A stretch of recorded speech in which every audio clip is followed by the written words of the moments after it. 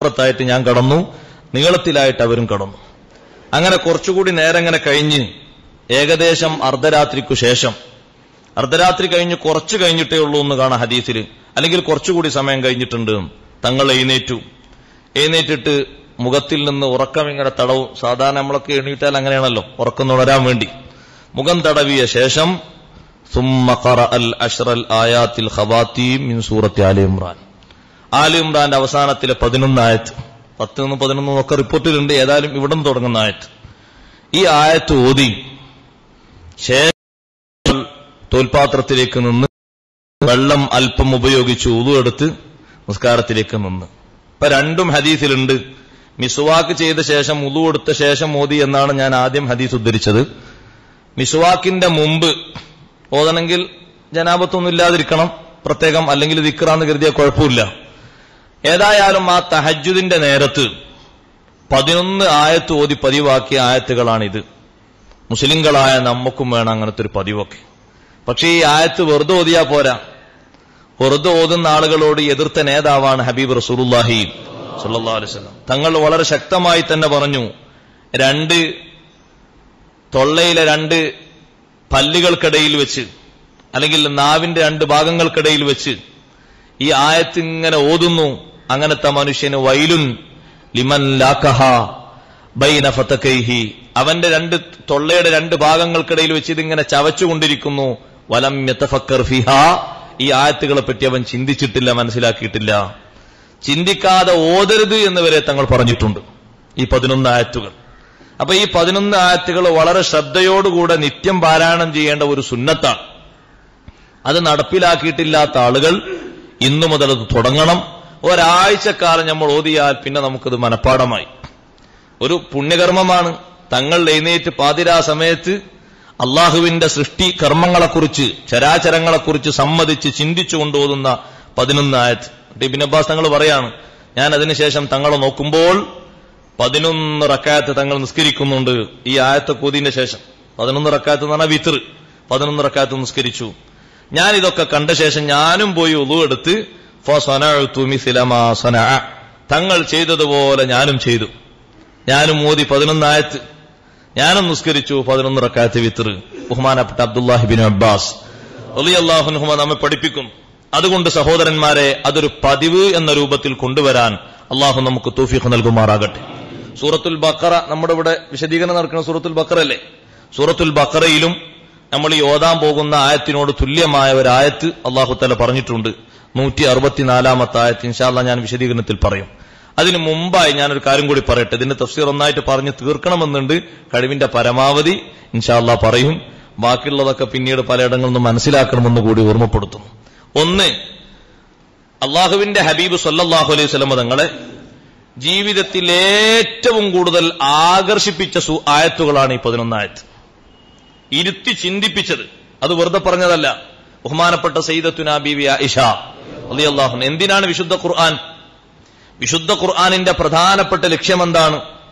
മനസ്സുകളെയും ആത്മാവുകളെയും സൃഷ്ടികർമ്മങ്ങളിലൂടെ സൃഷ്ടാവായ റബ്ബിന്റെ യാഥാർത്ഥ്യത്തിലേക്ക് അടുപ്പിക്കുക എന്നതാണ് ഖുർആനിന്റെ ലക്ഷ്യം. ചരാചരങ്ങളെ ചിന്തിച്ച് അതിലൂടെ പാഠം ഉൾക്കൊണ്ട് യാഥാർത്ഥ്യവാനായ സത്യവാനായ റബ്ബിലേക്ക് മനുഷ്യന്റെ മനസ്സ് തിരിയണം, മനുഷ്യന്റെ ചിന്ത തിരിയണം, അവന്റെ പ്രവൃത്തി കർമ്മങ്ങൾ തിരിയണം. അതല്ലേ ഖുർആനിന്റെ പ്രധാനപ്പെട്ട ലക്ഷ്യം? ഏത് സൂറത്ത് മനസ്സിലാക്കുന്നതിനും പ്രധാനപ്പെട്ട ലക്ഷ്യം എന്താ? ഖാലിഖായ റബ്ബിലേക്ക് നമ്മുടെ മനസ്സും നമ്മുടെ സമ്മതവും നമ്മുടെ അംഗീകാരവും നമ്മുടെ പ്രവർത്തനങ്ങളും തിരിയലാണ്. ഫാത്തിഹ ഓതിയാലും അങ്ങനെ തന്നെ, സൂറത്തുൻ നാസ് ഓതിയാലും അങ്ങനെ തന്നെ, ഖുർആനിലെ 114 സൂറത്തുകളിൽ ഏത് പഠിക്കുന്നതിന്റെയും പ്രധാനപ്പെട്ട ലക്ഷ്യം ഞാൻ പറഞ്ഞതല്ലേ. ഇമാം റാസി റഹ്മത്തുള്ളാഹി അലൈഹി പറഞ്ഞു, ഇഅ്ലം അന്നൽ മഖ്സൂദ മിൻ ഹാദൽ കിതാബ്, ഈ ഖുർആനിനാലുള്ള ലക്ഷ്യം ജസ്ബുൽ ഖുലൂബി വൽ അർവാഹ്, മനസ്സിനെയും ആത്മാക്കളെയും അള്ളാഹുവിന്റെ സന്നിധാനത്തിലേക്ക്, റബ്ബിനെ തിരിയുന്നതിലേക്ക് വ്യാപൃതരാക്കുക എന്നതാണ് ഖുർആനിന്റെ പ്രധാനപ്പെട്ട ലക്ഷ്യം. നമ്മുടെ ഖുർആൻ ക്ലാസുകളെ കൊണ്ടൊക്കെയുള്ള പ്രധാനപ്പെട്ട ഉദ്ദേശം അതാണ്. ഖുർആൻ പഠിക്കുന്നതിലൂടെ ഒരാൾ ഏറ്റവും കൂടുതൽ അറിയുന്നത് ആരെയാണ്? അള്ളാഹുവിനെയാണ്. അള്ളാഹുവിനെ അറിയലാണല്ലോ പ്രധാനപ്പെട്ട ലക്ഷ്യം. അള്ളാഹുവിനെ കുറിച്ച്, അവന്റെ അടയാളങ്ങളെക്കുറിച്ച് ചിന്തിച്ച് റബ്ബിനെ മനസ്സിലാക്കുന്നതും വലിയ സൗന്ദര്യമുള്ളത്. ചിന്തക്ക് കൂടുതൽ പ്രാധാന്യം നൽകുന്ന മതമാണ് വിശുദ്ധ ഇസ്ലാം. നന്നായി ചിന്തിച്ച് കാര്യങ്ങൾ ചെയ്യണം. അള്ളാഹുവിന്റെ അനുഗ്രഹങ്ങളെക്കുറിച്ച് ചിന്തിക്കുമ്പോഴേക്ക് അള്ളാഹു തരുന്ന സ്വീകാര്യത ചെറുതൊന്നുമല്ല. നിങ്ങൾ ആലോചിച്ചു നോക്കൂ, 30 കൊല്ലം അള്ളാഹുവിനെ ഇബാദത്തെടുത്ത ബനു ഇസ്രായേലൊരു മനുഷ്യൻ 30 കൊല്ലത്തും 30 കൊല്ല ജീവിതത്തിലും അള്ളാഹു തആല അദ്ദേഹത്തിന് മേഘം തണലാക്കി കൊടുത്തു. അതേ 30 കൊല്ലം ഇബാദത്തെടുത്ത ബനു ഇസ്രായേലിലെ മറ്റൊരാൾ, അയാൾക്ക് മേഘത്തിന്റെ ഒരു തണൽ പോലും കിട്ടാതിരുന്നപ്പോൾ സ്വന്തം ഉമ്മ പറഞ്ഞു, മോനെ, നിന്റെ ഇബാദത്തിന്റെ വേളയിൽ ഒരു ചെറിയ വീഴ്ച സംഭവിച്ചിട്ടുണ്ട്. എന്താണ് ഉമ്മ, എന്റെ ഇബാദത്തിന്റെ വേളയിൽ എനിക്ക് സംഭവിച്ച വീഴ്ച? ഒന്നുമല്ല, നീ അള്ളാഹുവിന്റെ ചരാചരങ്ങളെക്കുറിച്ച് കൂടുതൽ ചിന്തിക്കുന്നത് മറന്നുപോയി. നിന്റെ ഇബാദത്തിന്റെ ഏറ്റവും വലിയ സൗന്ദര്യം നീ അള്ളാഹുവിന്റെ ദൃഷ്ടാന്തങ്ങളെക്കുറിച്ച് ചിന്തിക്കുന്നത്. ഖുർആൻ ശക്തമായ ഭാഷയിൽ വിമർശിക്കുന്നുണ്ട്. വകഅയ്യിൻ മിൻ ആയത്തിൻ ഫിസ് സമാവാതി വൽ അർള് യമുറൂന അലൈഹാ വഹും അൻഹാ മുഅ്രിദൂൻ. ആകാശഭൂമികളിൽ എത്ര ദൃഷ്ടാന്തങ്ങളുണ്ട് എന്നെ മനസ്സിലാക്കാൻ, എത്ര അടയാളങ്ങളുണ്ട്. യമുറൂന അലൈഹാ, അതിന്റെ പരിസരത്തുകൂടെ ജനങ്ങൾ നടന്നു പോകുന്നു. വഹും അൻഹാ മുഅ്രിദൂൻ, അവർ നവർമീണ്ടാക്കുന്നവരാണ്, ചിന്തിക്കുന്നില്ല എന്നർത്ഥം. ചിന്തിച്ച് അവരെ ബുദ്ധിയിൽ അള്ളാഹുവിനെ കുറിച്ചുള്ള കഴിവ് സ്ഥിരപ്പെടുത്തുന്നില്ല എന്നർത്ഥം. രാവിലെ തന്നെ എഴുന്നേറ്റാൽ മനുഷ്യന് ചിന്തിക്കാൻ എത്രമാത്രമുണ്ട് നിങ്ങൾ ആലോചിച്ചു നോക്കൂ. ചിന്തിക്കാനുള്ള ദൃഷ്ടാന്തങ്ങൾ തീർന്നിട്ടുണ്ടോ? ഇല്ല, വർദ്ധിച്ച് വർദ്ധിച്ച് വർദ്ധിച്ചു വരികയാണ്. ഇരിക്കട്ടെ, ഹബീബ് റസൂലുള്ളാഹി സ്വല്ലല്ലാഹു അലൈഹി വസല്ലം തങ്ങളുടെ ജീവിതത്തിൽ ഏറ്റവും വലിയ അത്ഭുതമായി കണ്ടത് എന്താണെന്ന് ഒരു ദിവസം ബഹുമാനപ്പെട്ട ബീവി ആയിഷ റളിയല്ലാഹു അൻഹയുടെ സമീപത്ത് വന്ന് ഉമർ റളിയല്ലാഹു അൻഹുവിന്റെ 2 മക്കൾ, ഒന്ന് അബ്ദുല്ലാഹി ബിൻ ഉമർ തങ്ങളും മറ്റൊന്ന് ഉബൈദ് ബിൻ ഉമർ തങ്ങളും, രണ്ടും കൂടി വന്നിട്ട് ചോദിച്ചു, ആയിഷ ബീവിനോട് ചോദിച്ചു, നിങ്ങൾ പറഞ്ഞു തരണം, അള്ളാഹുവിന്റെ ഹബീബിൽ നിന്ന് നിങ്ങൾ കണ്ട ഏറ്റവും വലിയ അത്ഭുതം എന്താണ്? അത്ഭുതം എന്തെല്ലാം പറയാനുണ്ട്, മുഅ്ജിസത്തുകൾ എത്ര പറയാനുണ്ട്, എണ്ണിയാത്തിയോ മുഅ്ജിസത്തുകൾ, ലക്ഷക്കണക്കിന് മുഅ്ജിസത്തുകളില്ലേ. അതൊന്നും ആയിഷ ബീവി റളിയല്ലാഹു അൻഹ എണ്ണിയില്ല. ആയിഷ ബീവി റളിയല്ലാഹു അൻഹ പറഞ്ഞു, കുല്ലു അംദിഹി അജബുൻ, അവിടുത്തെ മുഴുവൻ കാര്യങ്ങളും അത്ഭുതമാണ്, വിസ്മയമാണ് ചിന്തിക്കുന്ന ആളുകൾക്ക്. കരഞ്ഞിട്ടാണ് ഈ വർത്തമാനം പറയുന്നത്. കാരണം തങ്ങളെ അന്നത്തെ രാത്രി ഓർക്കുമ്പോ കരയാതിരിക്കാൻ പറ്റൂല. എല്ലാ ദിവസങ്ങളും ഓരോ രാത്രിയിലും ഓരോ അനുഭവം നൽകുന്നുണ്ട്. പാഠങ്ങൾ പുതിയത് പുതിയത് പറഞ്ഞു തരുന്നുണ്ട്, തിരുത്തുന്നുണ്ട്, മനസ്സിലാക്കി തരുന്നുണ്ട്. അല്ലെങ്കിൽ നോക്കിക്കാണാൻ പറ്റുന്ന വിസ്മയങ്ങൾ അവിടെ ജീവിതത്തിലും വാക്കിലും ഉണ്ട്. എല്ലാ വിഷയങ്ങളും അജബുൻ, അത്ഭുതമാണ്, വിസ്മയമാണ്. പക്ഷേ എനിക്ക് ഏറ്റവും വലിയ അത്ഭുതമായി തോന്നുന്നത് ഒരു രാത്രിയാണ്. എന്റെ അടുത്തേക്ക് തങ്ങൾ വന്നു, എന്റെ കൂടെ കിടന്നു, എന്റെ ശരീരവും തങ്ങളെ സ്പർശിച്ചു. എന്റെ ശരീരത്തിൽ സ്പർശിച്ച് ഞാനുമായി ചുംബനം നടത്തി, കിന്നാരങ്ങൾ നടത്തി, വർത്തമാനങ്ങൾ നടത്തി. ശാരീരികമായ ബന്ധം പുലർത്തിയിട്ടില്ല. അപ്പോഴേക്ക് എന്നോട് പറഞ്ഞു, ആയിഷ ഹല്ലകാൻ തഅ്ദനീലി അല്ലൈല, ഇന്നത്തെ രാത്രി എനിക്കൊന്നു സമ്മതം തരുമോ? എന്നും ഇന്നത്തെ രാത്രി സുബഹി വരെ നിങ്ങൾക്കുള്ള സമയമാണ്. ഇന്നലെ ഞാൻ നിങ്ങളെ കൂടെയില്ല, മറ്റൊരു ഭാര്യന്റെ കൂടെയാണ്. ഇന്നത്തെ രാത്രി അത്യാവശ്യം സംസാരങ്ങളും ചുംബനങ്ങളും ഒക്കെ കഴിഞ്ഞ ശേഷം നിങ്ങൾ എനിക്ക് സമ്മതം തരുമോ? എന്തിനാ നബിയെ സമ്മതം തരേണ്ടത്? ഞാൻ എന്റെ റബ്ബിന് ഇബാദത്തെടുക്കട്ടെ. ഇബാദത്ത് കഴിഞ്ഞിപ്പോ വന്നിട്ടേ ഉള്ളൂ. ഇശാ നിസ്കാരം കഴിഞ്ഞ് വീട്ടിൽ വന്ന് ചെറിയൊരു ഭക്ഷണം കഴിച്ച് സംസാരങ്ങളൊക്കെ കഴിഞ്ഞ് ഭാര്യയുടെ കൂടെ കിടന്ന് സല്ലാപങ്ങളും കാര്യങ്ങളും നടന്നിട്ടില്ല. ചുംബനങ്ങളും ഹൃദയത്തിന് ഏറ്റവും ആനന്ദകരമാകുന്ന വർത്തമാനങ്ങളും കഴിഞ്ഞ ശേഷം തങ്ങൾ ചോദിക്കുന്നു, എനിക്ക് സമ്മതം തരുമോ? ഉടനെ തന്നെ മഹദി പറഞ്ഞു, യാ റസൂലല്ലാഹ് ഇന്നി ലഉഹിബ്ബു ഖുർബക, തങ്ങളെ സാമീപ്യമാണ് എനിക്കിഷ്ടം. എനിക്ക് ഏറ്റവും വലിയ ഇഷ്ടം തങ്ങൾ എന്റെ അടുത്ത് ഇങ്ങനെ കിടക്കലാണ്, ഞാൻ തങ്ങൾ അടുത്തും കിടക്കലാണ് എനിക്കിഷ്ടം. പക്ഷേ തങ്ങളുടെ താല്പര്യത്തിൽ ഞാൻ മുൻഗണന തരുന്നു, ഞാൻ അതിന് സമ്മതം തരുന്നു. ഉടനെ തന്നെ തങ്ങൾ എഴുന്നേറ്റു, ഉളു എടുത്തു.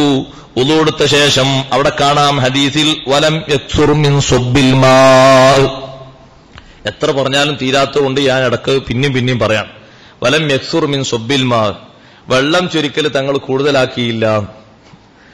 വെള്ളം ചൊരിക്കൽ തങ്ങൾ കൂടുതലാക്കിയില്ല എന്ന ഹദീസിന്റെ പരാമർശം കണ്ടപ്പോ ഞാനിങ്ങനെ 2-3 പ്രാവശ്യം ഇങ്ങനെ നോക്കി. വെള്ളം ചൊരിക്കൽ കൂടുതലാക്കിയില്ല എന്ന് പറഞ്ഞാൽ നമ്മളൊക്കെ ഉളു കൊടുക്കാൻ വെള്ളം ചൊരിക്കുന്നത് ഒരു പാട്ട ഒരു പ്രാവശ്യം കൈകലായി കൂട്ടല.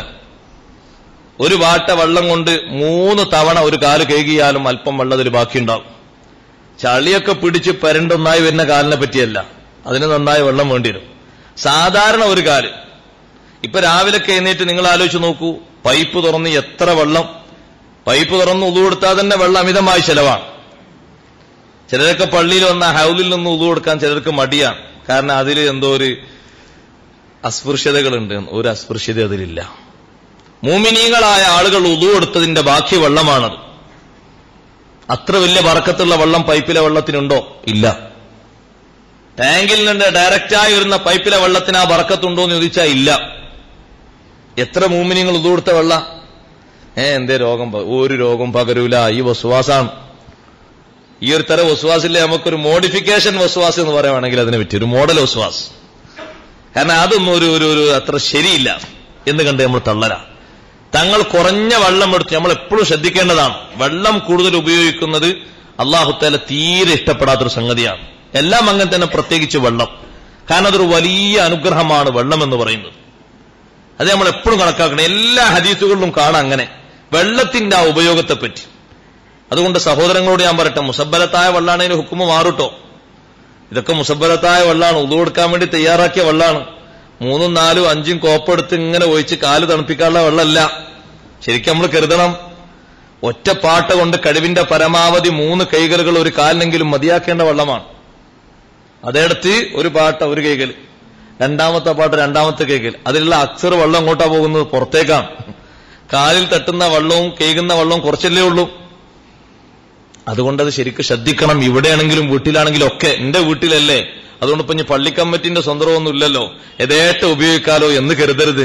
വലൗഫി ഷത്തിൽ ബഹർ, സമുദ്ര തീരത്താണെങ്കിലും 3 അധികം പ്രാവശ്യം ആവശ്യമില്ലെങ്കിൽ ആവർത്തിക്കരുതെന്ന് ഹബീബ് റസൂലുള്ളാഹി സ്വല്ലല്ലാഹു അലൈഹി വസല്ലം നിങ്ങൾ പഠിപ്പിച്ചത് മിതത്വത്തിന്റെ ഏറ്റവും വലിയൊരു മാതൃക സ്വീകരിക്കുന്നവരാകണം നമ്മൾ എന്ന അർത്ഥത്തിലാണ്. സഹോദരങ്ങളെ, അന്ന് ഉളു കൊടുത്തു, കുറഞ്ഞ വെള്ളം ഉപയോഗിച്ചതുള്ളൂ. എന്നിട്ട് നിസ്കരിക്കാൻ നിന്നു. നിസ്കാരം 2 റക്അത്ത് നിസ്കാരം കഴിഞ്ഞിട്ട് ആയിഷ ബീവി റളിയല്ലാഹു അൻഹ പറയാം, ഞാൻ തങ്ങളെ നോക്കുമ്പോ തങ്ങൾ കരയുകയാണ്. നിസ്കാരം കഴിഞ്ഞിട്ട് നിസ്കാരപ്പായിൽ ഇരുന്ന് കരയുകയാണ്. അങ്ങനത്തെ ഒരു കരച്ചിൽ ഞാൻ കണ്ടിട്ടില്ല. എത്ര അധികമാ തങ്ങൾ കരയുന്നത്.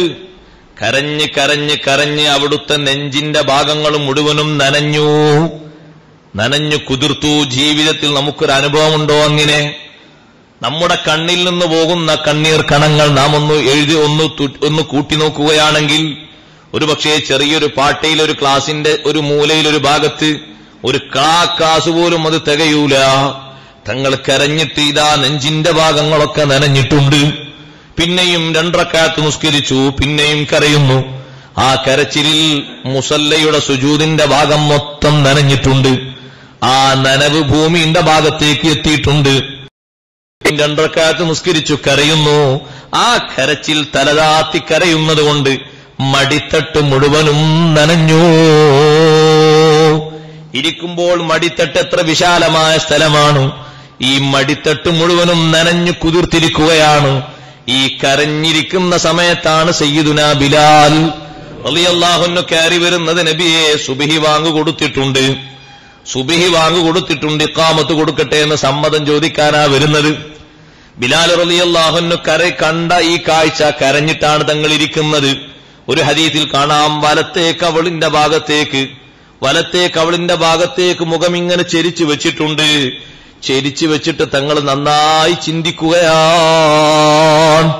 ചിന്തിച്ച് കൊണ്ടും പൊട്ടി കരയുകയാണ്. ആയിഷ ബീവി റളിയല്ലാഹു അൻഹ പറയുന്നു, എന്റെ ജീവിതത്തിൽ ആ ഒരു രാത്രി ഞാൻ കണ്ടതുപോലെ അത്ഭുതം മറ്റൊരു രാത്രിയിലും ഞാൻ കണ്ടിട്ടില്ല. അന്ന് രാത്രി കണ്ണീർ കണങ്ങൾ ഉറ്റിയതുപോലെ ഞാൻ അവിടുത്തെ തിരുഹളറത്തിൽ ഒരൊറ്റ സമയത്തും കണ്ണീർ കണങ്ങൾ ഉറ്റിയത് കണ്ടിട്ടില്ല.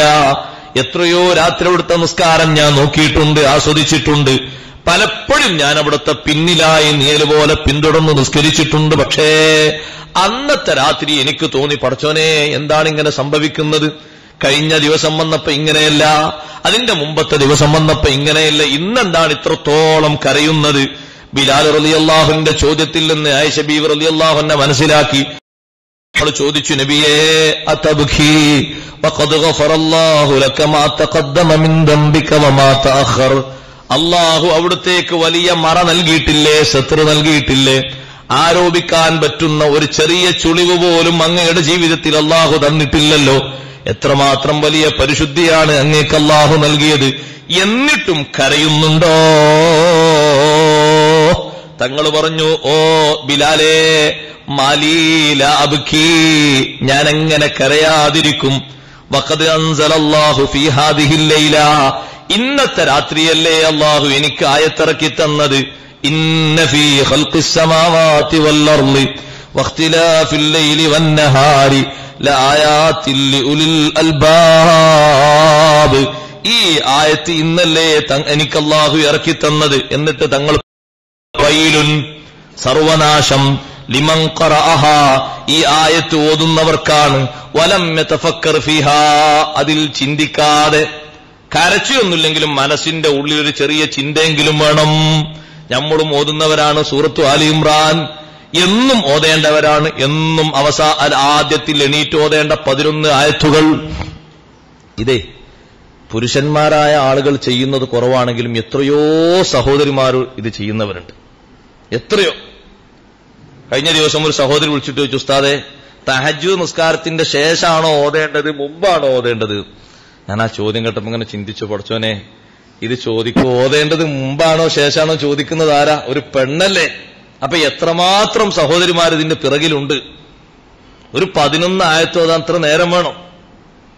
ഇനി അറിവില്ലായ്മ കൊണ്ടാണെങ്കിൽ ഇന്നു മുതൽ സ്റ്റാർട്ട് ചെയ്യണം. അള്ളാഹു അനുഗ്രഹിക്കട്ടെ, വലിയൊരു നന്ദിയായി അള്ളാഹു ഇത് സ്വീകരിക്കട്ടെ.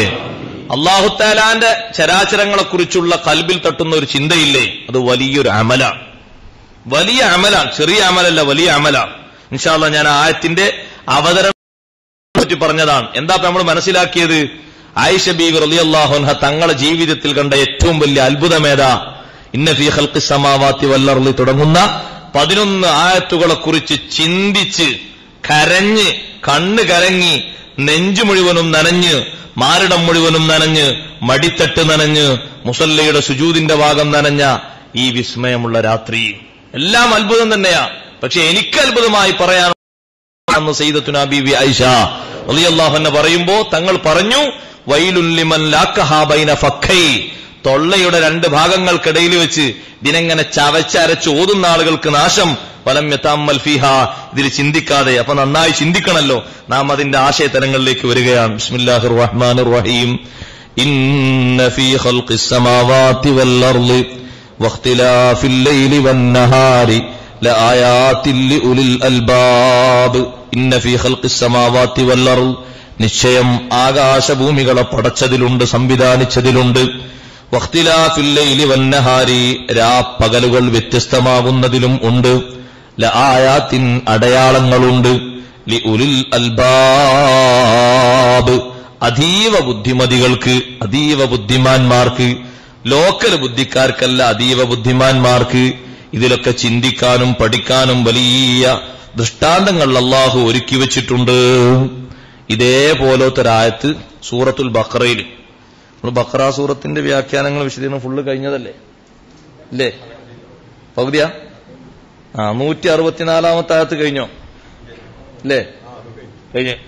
ഈ 164 ആയത്തും ഇതുപോലെ ആശയങ്ങളുടെ ഒരു ആയത്താണ്. അവിടെയും കാണാം നമുക്ക് ഇന്ന ഫീ ഖൽഖിസ് സമാവാതി, 25ാമത്തെ പേജ്. ഇന്ന ഫീ ഖൽഖിസ് സമാവാതി വൽ അർളി വഖ്തിലാഫിൽ ലൈലി വൻ നഹാരി. പക്ഷെ അവിടെ ബാക്കിയുള്ളതും കുറെ പറയുന്നുണ്ട്. വൽ ഫുൽകില്ലതി തജ്രി ഫിൽ ബഹരി ബിമാ യൻഫഉൻ നാസ്.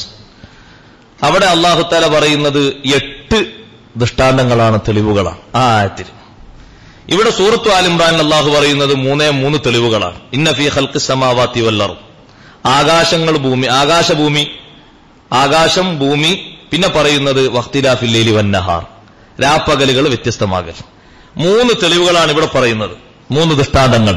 അവിടെ പറഞ്ഞത് 8 എണ്ണമുണ്ട്. ഇത് രണ്ടും കൂടി ഒന്ന് ഇമാം റാസി റളിയല്ലാഹുവിനോട് ചോദിക്കുന്നുണ്ട്. ആ ആയത്തിന്റെ അവസാനം ല ആയാത്തിൽ ഖൗമി യാഖിലൂൻ എന്നാണ്, അല്ലെ? ല ആയാത്തിൽ ഖൗമി യാഖിലൂൻ. 164ാമത്തെ ആയത്തിന്റെ അവസാനം അങ്ങനെയാണ്. ല ആയാത്തിൻ, ദൃഷ്ടാന്തങ്ങളുണ്ട്, ലി ഖൗമി യാഖിലൂൻ, ബുദ്ധിയുള്ള ചിന്തിക്കുന്ന ആളുകൾക്ക്. ഇവിടെ അള്ളാഹു പറഞ്ഞതോ ല ആയാത്തിൻ ലി ഉലിൽ അൽബാബ്. അൽബാബ് എന്ന് പറഞ്ഞാലും യാഖിലൂന എന്ന് പറഞ്ഞാലും രണ്ടും വ്യത്യാസമുണ്ട്. ഇമാം റാസി റളിയല്ലാഹു അൻഹു പറയുകയാണ്, എന്തിനാണ് അല്ലാഹു തആല വ്യത്യസ്ത ശൈലി സ്വീകരിച്ചത്? രണ്ടും അടുത്തടുത്ത സൂറത്താണല്ലോ. സൂറത്തുൽ ബഖറയിൽ ഈ ചിന്തിക്കാൻ വേണ്ടി വിഷയങ്ങൾ പറഞ്ഞപ്പോ 8 എണ്ണം എണ്ണി. ആലിമ്രാൻ സൂറത്തിന്റെ അവസാനത്തിൽ 3 എണ്ണി. എന്തുകൊണ്ട് ആ ബാക്കിയുള്ള 5 ഇവിടെ കളഞ്ഞു? അംറാസ് റളിയല്ലാഹു അൻഹുവിന്റെ തഫ്സീർ അല്ലാഹു തആല അവിടുത്തെ ദർജയായിട്ട് കൊടുക്കട്ടെ. എത്രമാത്രം വലിയ വിശദീകരണമാണെന്നറിയോ? ഓരോ ആയത്തുകൾ എടുത്തിട്ട് ഇങ്ങോട്ട് ചർച്ച ചെയ്യുമ്പോൾ ചെറുതൊന്നല്ല. രണ്ടാമത്തൊരു സംശയം, അവിടെ എന്തുകൊണ്ട് ലായാത്തിൽ ഖൗമിയാത്തിലു എന്ന് പറഞ്ഞു, ഇവിടെ ലായാത്തിൽ ഉൽ അൽബാബ് എന്ന് പറഞ്ഞു? ഇമാം റാസി റളിയല്ലാഹു അൻഹുവിനോട് ചോദിക്കുന്ന ഒരു ചോദ്യശൈലിയിൽ മഹാനവർകൾ ഈ ചോദ്യം ഉദ്ധരിച്ചുകൊണ്ട് നമ്മളോട്. പിന്നെ കാര്യമായിട്ടുള്ളത്, ഒരേ മോഡൽ ആയത്ത് 2 സൂറത്തിലായി അള്ളാഹു ആവർത്തിച്ചത് എന്തിനാണ്? ഇമാം റാസി റളിയല്ലാഹു അൻഹു പറയുകയാണ്, അള്ളാഹുവിനെ കുറിച്ച് നന്നായി ചിന്തിപ്പിച്ച് തെളിവ് പഠിപ്പിച്ച് മനസ്സിലാക്കി കൊടുക്കുന്ന ഒരു സൂറത്താണ് സൂറത്തുൽ ബഖറ. അതിൽ അള്ളാഹുവിനെ കുറിച്ച് കൂടുതൽ ചിന്തിക്കാൻ വേണ്ടി 8 തെളിവുകളാണ് അള്ളാഹു തആല പറഞ്ഞത്. 8 എണ്ണം. നഫീ ഖൽഖിസ് സമാവാതി വൽ അർളി വഖ്തിലാഫിൽ ലൈലി വന്നഹാരി വൽ ഫുൽകില്ലത്തി തജ്രി ഫിൽ ബഹരി മാ യൻഫഉ അന്നാസ് വമാ അൻസലല്ലാഹു മിനസ് സമാ തുടങ്ങി 8 അവിടെ എണ്ണിയത്. ആ 8 തെളിവുകളും ബോധ്യപ്പെട്ട് നന്നായി ചിന്തിച്ച് മനസ്സിലാക്കിയ മനസ്സിന് അത്യാവശ്യം അല്ലാഹു തആലാനെ കുറിച്ച് കുറെയൊക്കെ ബോധങ്ങളും കാര്യങ്ങളും എത്തി. അതുകൊണ്ട് ഇനി അവനോട് പ്രധാനപ്പെട്ട 3 എണ്ണം പറഞ്ഞാൽ മതി. ആ ആയത്തിന്റെ തുടക്കത്തിലുള്ള 3 എണ്ണമാണ് അവിടെ പറഞ്ഞത്. നഫീ ഖൽഖിസ് സമാവാതി വൽ അർളി വഖ്തിലാഫിൽ ലൈലി വന്നഹാരി. ആ ആയത്തിന്റെ തുടക്കത്തിലുള്ള 3 തെളിവ് മാത്രമേ പറഞ്ഞുള്ളൂ, ബാക്കി 5 എണ്ണം കളഞ്ഞതാ. 8 തെളിവുകളും ആദ്യം നന്നായി ബോധ്യപ്പെട്ട് മനസ്സിലാക്കിയാൽ പിന്നെ 3 എണ്ണം പറഞ്ഞാൽ മതി. കുറച്ചൊക്കെ പറഞ്ഞാൽ തന്നെ തിരിയാനും പിന്നെ മനസ്സിലാക്കാനും കാര്യങ്ങൾക്കൊക്കെ കഴിയും. മാത്രല്ല ആ 8 തെളിവുകളും കൂടി ഉൾക്കൊള്ളുന്ന ചിന്തിക്കുന്ന ഒരു മനുഷ്യൻ, അവന്റെ ബുദ്ധി ഇങ്ങനെ വർദ്ധിച്ചതിന് വികാസം പ്രാപിച്ച് പിന്നെയാണ് അവൻ ഉലുൽ അൽബാബിൽ പെടുന്നത്. ഉലുൽ അൽബാബ് എന്ന് പറഞ്ഞാല് തീവ്രമായ ബുദ്ധി എന്നാണ് അതിന്റെ അർത്ഥം. അകക്കഴമ്പിൽ ശരിക്ക് അതിന്റെ സൗന്ദര്യം ആസ്വദിക്കുന്ന ബുദ്ധി, പുറന്തോടല്ല. കണ്ടാൽ ഒറ്റനോട്ടത്തിൽ ഒരു ചിന്തയും ഒരു ബുദ്ധിയൊക്കെ ഉണ്ട്, അതാണ് അഖില്. ലുബ് എന്ന് പറഞ്ഞാൽ ആയത്തിൽ ചിന്തിക്കാനുള്ള ബുദ്ധികൂർമ്മത. 8 തെളിവുകൾ മനസ്സിലാക്കിയ മനുഷ്യന് പിന്നെ ഇവിടെ അല്ലാഹു തആല 3 എണ്ണേ പറഞ്ഞോളൂ. അപ്പൊ കാര്യമായിട്ട് ഈ ആയത്തിനെ വിശദീകരിച്ചുകൊണ്ട് ഇമാം റാസി റളിയല്ലാഹു അൻഹു പറയുന്നു, അൽ ബഖറ സൂറത്തിൽ 8 തെളിവുകൾ പറഞ്ഞു, ഈ സൂറത്തിൽ 3 എണ്ണം ആവർത്തിച്ചതുള്ളൂ. അത് അള്ളാഹുവിനെ കുറിച്ച് മനസ്സിലാക്കുന്ന ഒരു പഠിതാവ് 8 എണ്ണം ആദ്യം ചിന്തിച്ചു കഴിഞ്ഞാൽ പിന്നെ അവനോട് കൂടുതൽ പറയേണ്ടതില്ല. ഒരു 3 എണ്ണൊക്കെ പറഞ്ഞാൽ അവന്റെ മനസ്സിൽ നന്നായത് ഉറച്ചിട്ടുണ്ടാകും. 3 എണ്ണൊക്കെ പറയുമ്പോഴേക്ക് ചിന്തിക്കാൻ ധാരാളമുണ്ട്. മാത്രല്ല അവിടെ അല്ലാഹു തആല 8 എണ്ണം പറഞ്ഞതിൽ 3 എണ്ണം സമാവിയായ തെളിവുകളാണ്, ആകാശവുമായി ബന്ധപ്പെട്ടത്. 5 എണ്ണം ഭൗമികമായി ഭൂമിയിൽ ബന്ധപ്പെട്ടതാണ് 5 തെളിവുകൾ. വൽ ഫുൽകില്ലത്തി തജ്രി ഫിൽ ബഹരി തുടങ്ങുന്ന 5 തെളിവുകൾ ഭൂമിയിൽ. ഈ ആയത്തിൽ അല്ലാഹു തആല 3 തെളിവ് പറഞ്ഞതും സമാവിയായ തെളിവുകളാണ്, ആകാശവുമായി ബന്ധപ്പെട്ടത്. ഇന്ന ഫീ ഖൽഖിസ് സമാവാതി വൽ അർളി വഖ്തിലാഫിൽ ലൈലി വന്നഹാരി. ലൈലും നഹാറൊക്കെ സംബന്ധിക്കുന്ന ആകാശവുമായി ബന്ധപ്പെട്ടതാണല്ലോ. അപ്പൊ ഇതെന്റെ ഇങ്ങനെ വ്യത്യാസം, അവിടെ ഇങ്ങനെ അങ്ങനെ വ്യത്യാസം? അവിടെ മഹാന്മാര് പറഞ്ഞു, സമാവിയായ തെളിവുകളാണ് കുറിച്ച് ചിന്തിക്കാനും മനസ്സിലാക്കാനും ഭൂമിയിലുള്ള തെളിവുകളെക്കാൾ കൂടുതൽ മനുഷ്യനെ ബോധ്യപ്പെടുത്തുന്നത് ആകാശത്തിലുള്ള തെളിവുകളാണ്. മാത്രമല്ല, നിങ്ങൾ നോക്കി, ആകാശത്തിൽ നിന്നേ ഇപ്പൊ അടുത്ത പത്രത്തിലോ കണ്ടില്ലേ, ഉൽക്കവർഷത്തിന്റെ ചെറിയൊരു കട്ട നമ്മളൊക്കെ വായിച്ചല്ലോ. ആകാശത്തിൽ നിന്ന് അല്ലാഹു തആല അയക്കുന്ന അടയാളങ്ങളെ പ്രതിരോധിക്കാൻ, ഭൂമിയിൽ നിന്ന് അയക്കുന്ന ചില അടയാളങ്ങളെയും പ്രതിരോധിക്കാൻ മനുഷ്യന്മാര് പുതിയ പുതിയ കണ്ടെത്തലുകളും കണ്ടുപിടുത്തങ്ങളും കണ്ടുപിടിച്ചുകൊണ്ടിരിക്കുകയാണ്. എന്നാ സഹോദരന്മാരെ, ആകാശത്തിൽ നിന്ന് അല്ലാഹു തആല അയച്ചു തരുന്ന വലിയൊരു അനുഗ്രഹമാണ് മഴ, അല്ലെ? മഴ നിയമത്തല്ലേ? ആ മഴന്റെ ഊക്ക് കൂടിയാൽ കുറക്കാൻ എന്തെങ്കിലും ഉപകരണം ഉണ്ടോ? അല്ല, അതിന്റെ ഊക്ക് കൂടിയാൽ കുറക്കാൻ എന്തെങ്കിലും ഉപകരണം ഉണ്ടോ? തണുപ്പ് നമ്മൾ ഭൂമിയിൽ വെച്ച് അനുഭവിക്കുന്ന ഒന്നല്ലേ, കുറക്കാൻ ഉപകരണല്ലേ? ഉണ്ട്. അതിന് മാത്രം പറ്റുന്ന വസ്ത്രങ്ങൾ ധരിച്ചാൽ മതി, അത് കുറയും. ചിലപ്പോൾ കണ്ടില്ല നിങ്ങൾ ആൾക്കാർ കാതിലടക്കം തിരിക്കുന്നത്, തണുപ്പ് കൊണ്ട് കയറ്റിയാലേ ഇവിടുന്ന് അങ്ങോട്ട് ഗൂഡല്ലൂർക്ക് പോകുന്ന ആൾക്കാർ കാതിൽ 2 സാധനം വെക്കുന്നത് കാണാം. കാരണം ചിലർ പറയും ചോര അങ്ങോട്ട് കയറി കഴിഞ്ഞ് പിന്നെ അങ്ങോട്ട് ഇറങ്ങുമ്പോൾ കാത് ഇങ്ങനെ തുറന്നാൽ ശരിക്കും കേൾക്കൂല. ഈ തണുത്ത കാറ്റും മറ്റൊക്കെ കടന്നിട്ട് കാതടച്ചു പോകണ്ടെന്ന് എഴുതിയിട്ട് തണുപ്പിന്റെ ഊക്കൊണ്ട് ചിലര് തല മൊത്തം ഇങ്ങനെ മറക്കും, ചിലര് ശരീരം മൊത്തം മറക്കും, കാലിൽ ശ്വാസമൊക്കെ ഇടും, അല്ലെങ്കിൽ ഒക്കെ പൊട്ടിപ്പോവും. അപ്പോ നിയന്ത്രിക്കാനും തടയാനും ചെറിയ ഉപകരണങ്ങളൊക്കെ ഉണ്ട്. എന്നാൽ സമാവിയായ രൂപത്തിൽ മഴ, കാറ്റ് നിയന്ത്രിക്കാൻ തയ്യ കാറ്റ് നിയന്ത്രിക്കാൻ എന്താ ചെയ്യാ? നിങ്ങൾ ആലോചിച്ച് നോക്ക്. ഭൂമിയിലും ചിലതുണ്ടെങ്കിലും ആകാശത്തിൽ മൊത്തം. ഇപ്പൊ ഉൽക്കന്റെ കട്ടയാണെന്ന് ചിന്തിച്ചാല് ഇനി ഉൽക്ക കട്ട വീയാതിരിക്കാൻ എന്താ ചെയ്യാ? ഒന്നും ചെയ്യാനില്ല. എന്ത് ചെയ്യാനാ? ഒന്നാകെ ഇടിഞ്ഞു പൊളിഞ്ഞ് ഓരോ കട്ടകൾ ഇങ്ങനെ വീയൂലേ? അവസാന കാലമാകുമ്പോ ഉൽക്കവർഷം കൂടുതൽ കൂടുതൽ വരും. ഉൽക്ക വർഷമുണ്ടായിക്കഴിഞ്ഞാൽ അതിന്റെ കട്ടകൾ തീവ്രമായ രൂപത്തിലല്ല താഴോട്ട് വരുന്നത്. അതിന്റെ സൗന്ദര്യങ്ങളും സംവിധാനങ്ങളൊക്കെ കുറച്ച് ഒഴിവാക്കിയ ശേഷം ബാക്കിയുള്ളതാ വരുന്നത്. അതിന് തന്നെ വലിയ ശക്തിയുണ്ട്. ഉൽക്കവർഷം ആരംഭിക്കുന്ന രൂപത്തിലുള്ള ചെറിയ കട്ടകളാണെങ്കിൽ താങ്ങാൻ ഭൂമിക്ക് കഴിയില്ല. അപ്പൊ ഏറ്റവും കൂടുതൽ അല്ലാഹുവിനെ കുറിച്ച് ചിന്തിക്കാനും പഠിക്കാനുമുള്ള തെളിവുകൾ ഭൂമി ലോകത്തേക്കാൾ കൂടുതൽ അല്ലാഹു ഒരുക്കി വെച്ചിരിക്കുന്നത് ആകാശലോകത്താണ്. അപ്പൊ അതിനാണ് ഇവിടെ 3 തെളിവുകൾ അല്ലാഹു തആല നിരത്തിയതും സമാവിയായ തെളിവുകളാണ്. ഇമാം റാസി റഹ്മത്തുള്ളാഹി അലൈഹി പറഞ്ഞു, അല്ലാഹുവിനെ കുറിച്ച് ചിന്തിക്കാൻ വൽ അജായിബു ഫീഹാ അക്സർ, ആകാശലോകത്തുള്ള വിസ്മയങ്ങൾ അധികമുണ്ട്, ഭൂമിയിലുള്ളതിനേക്കാൾ അധികമുണ്ട്. അതുകൊണ്ടാണ് ബാക്കി 5 പറയാതെ 3 ഇവിടെ എടുത്തു പറഞ്ഞത്. പിന്നെയോ ഇത് 3 ചിന്തിക്കുന്ന ഒരു മനുഷ്യൻ അവന്റെ ബുദ്ധി വർദ്ധിക്കുകയാണ്, അവന്റെ ബുദ്ധി കൂടി വരികയാണ്. കാരണം ആകാശത്തിലുള്ള രഹസ്യങ്ങൾ ചെറുതല്ലല്ലോ. മഴ തന്നെ നിങ്ങൾ നോക്ക്, നമ്മൾ ഉദ്ദേശിക്കുന്ന രൂപത്തിലും ഭാഗത്തിലല്ലല്ലോ മഴ. അപ്പൊ ഞാൻ ജോലി ചെയ്യുന്നിടത്ത് ഇന്നലെ രാത്രി മഴ ഇവിടെ പെയ്തോ? ഇല്ല, ഉണ്ടാവും. അതല്ലേ പറഞ്ഞത്? പഞ്ചായത്ത് അടിസ്ഥാനത്തിലാ, ജില്ലാടിസ്ഥാനത്തിലാ, ഏതടിസ്ഥാനത്തിലാണ് നമ്മൾ കണക്കാക്കേണ്ടത്? അല്ല, നമുക്കങ്ങനെ കറക്റ്റ് ചെയ്തു കൊടുക്കാൻ വയ്യോ? റിട്ടേണിംഗ് ഓഫീസർമാർ പഞ്ചായത്തിന്റെ അധികൃതർ വരുമ്പോ ഓരോ പഞ്ചായത്തിന് ഇത്ര ദിവസം എത്തും എന്ന് പറയാം.